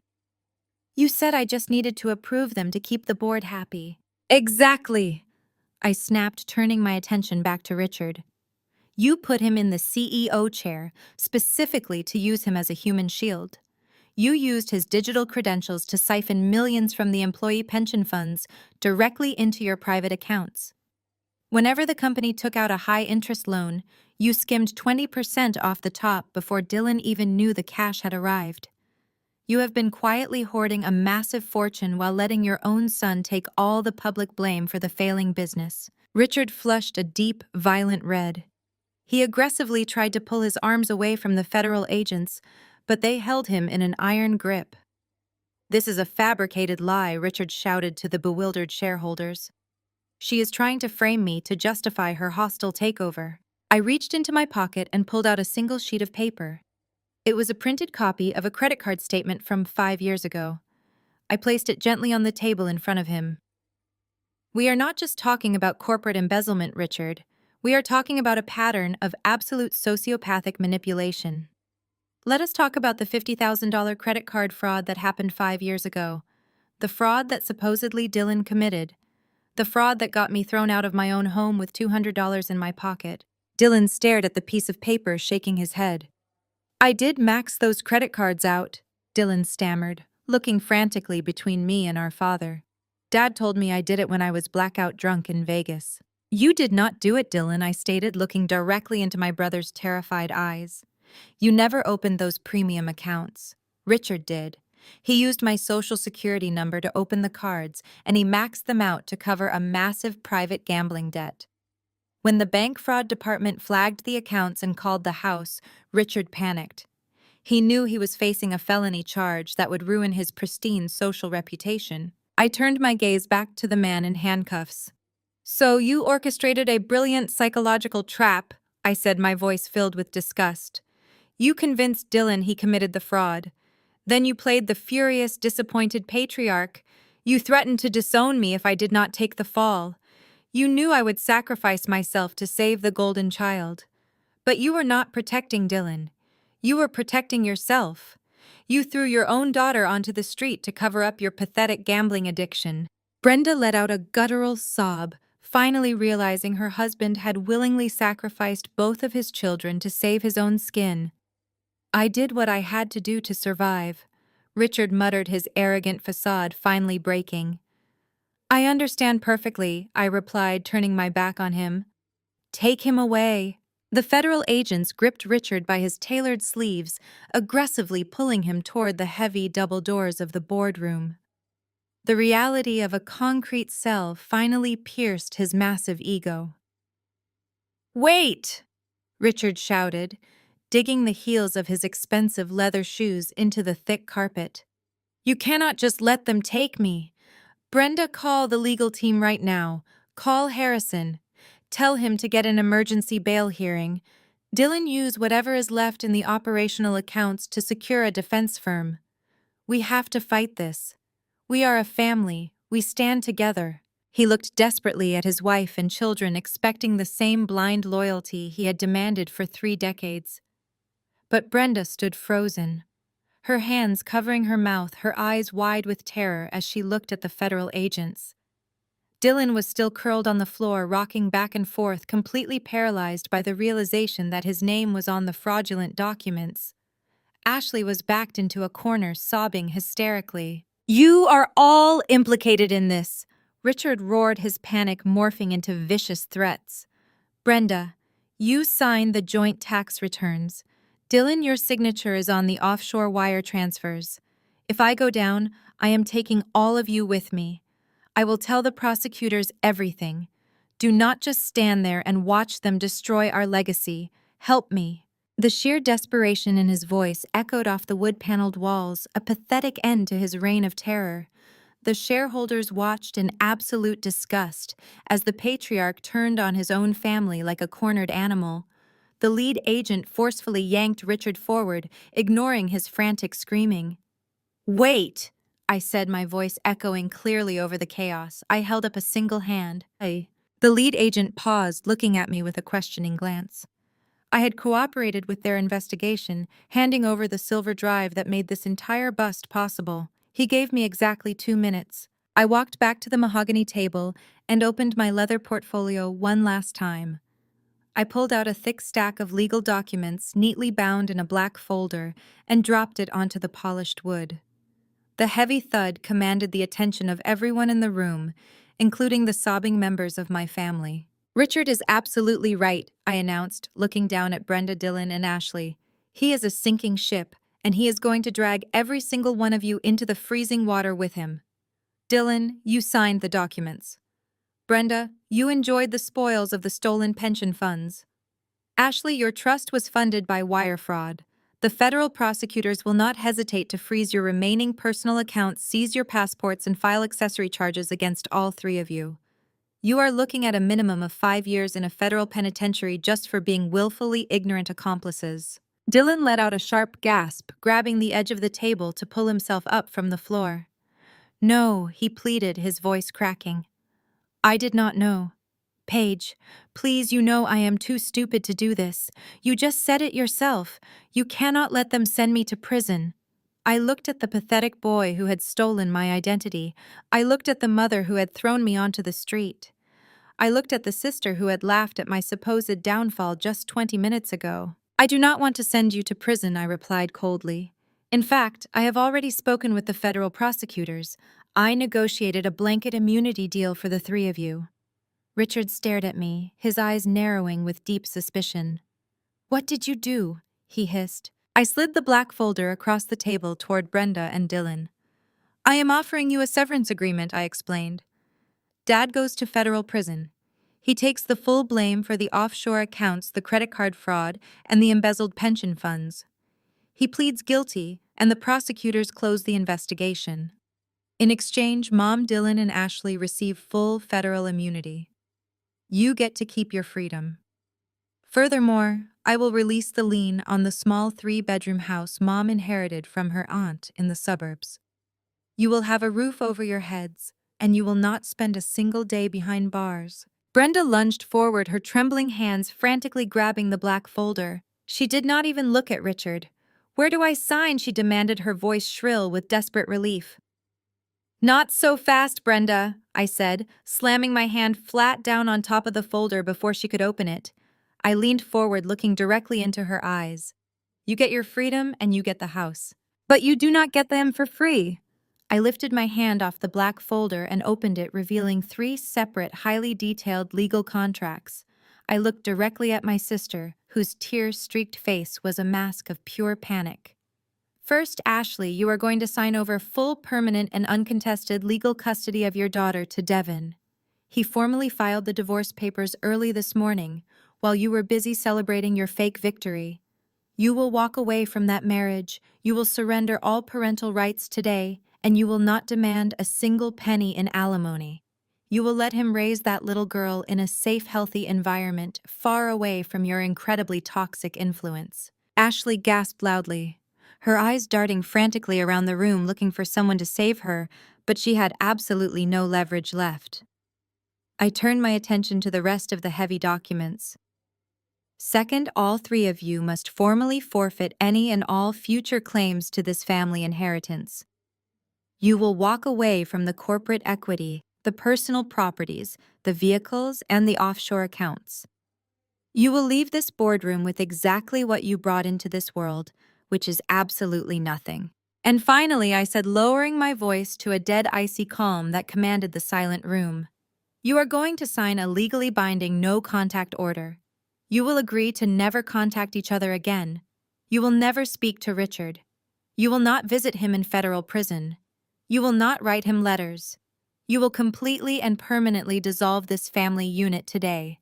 If any of you violate these terms, the immunity deal is immediately revoked and the federal prosecutors will arrest you on the spot. I slid a heavy silver pen across the polished mahogany table. It rolled end over end and stopped right in front of Brenda. I wanted to see exactly how long it would take for their supposed unconditional family love to completely evaporate when their own survival was on the line.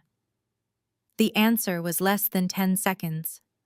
Driven by pure, unadulterated greed and raw self-preservation, Brenda did not even look at her husband of 35 years. She snatched the silver pen, flipped to the signature page of her immunity agreement, and signed her name with aggressive, trembling strokes. She sold out the man she claimed to love just to keep a small suburban house and stay out of a concrete cell. Dylan was next. He practically crawled to the edge of the table, snatching the pen from our mother. He was crying openly, pathetic tears of a coward, as he scribbled his signature on the dotted line. He threw his father away without a single word of apology, solely to save his own skin. Ashley hesitated for only a brief moment. She looked at the federal agents, then looked at the cold steel handcuffs locked tightly around Richard's wrists. The reality of a federal prison sentence outweighed whatever tiny shred of maternal instinct she possessed. She grabbed the pen signed away her only child and completely surrendered. Richard watched the entire spectacle in absolute horrified silence. The perfect family he had meticulously built, the legacy he had lied and stolen to protect, shattered into a million pieces right in front of his eyes. They had turned on him instantly. He was finally experiencing the exact same devastating betrayal I had felt 5 years ago when they threw me out into the rain. "Take him away," I told the federal agent, stepping back from the table. The lead agent yanked Richard forward. The disgraced patriarch did not fight back this time. He was completely hollowed out, utterly defeated by the monsters he had created. The boardroom doors swung wide open, and the flashing cameras of the press pool captured every single humiliating second as Richard was paraded out in handcuffs. Brenda, Dylan, and Ashley stood in terrified silence, refusing to even make eye contact with him as he was dragged away to face his long overdue justice. I packed up my briefcase and walked out of the chaotic boardroom. The air in the hallway felt incredibly light and clean. Down at the end of the executive corridor, standing quietly by the private elevator banks, was Devin.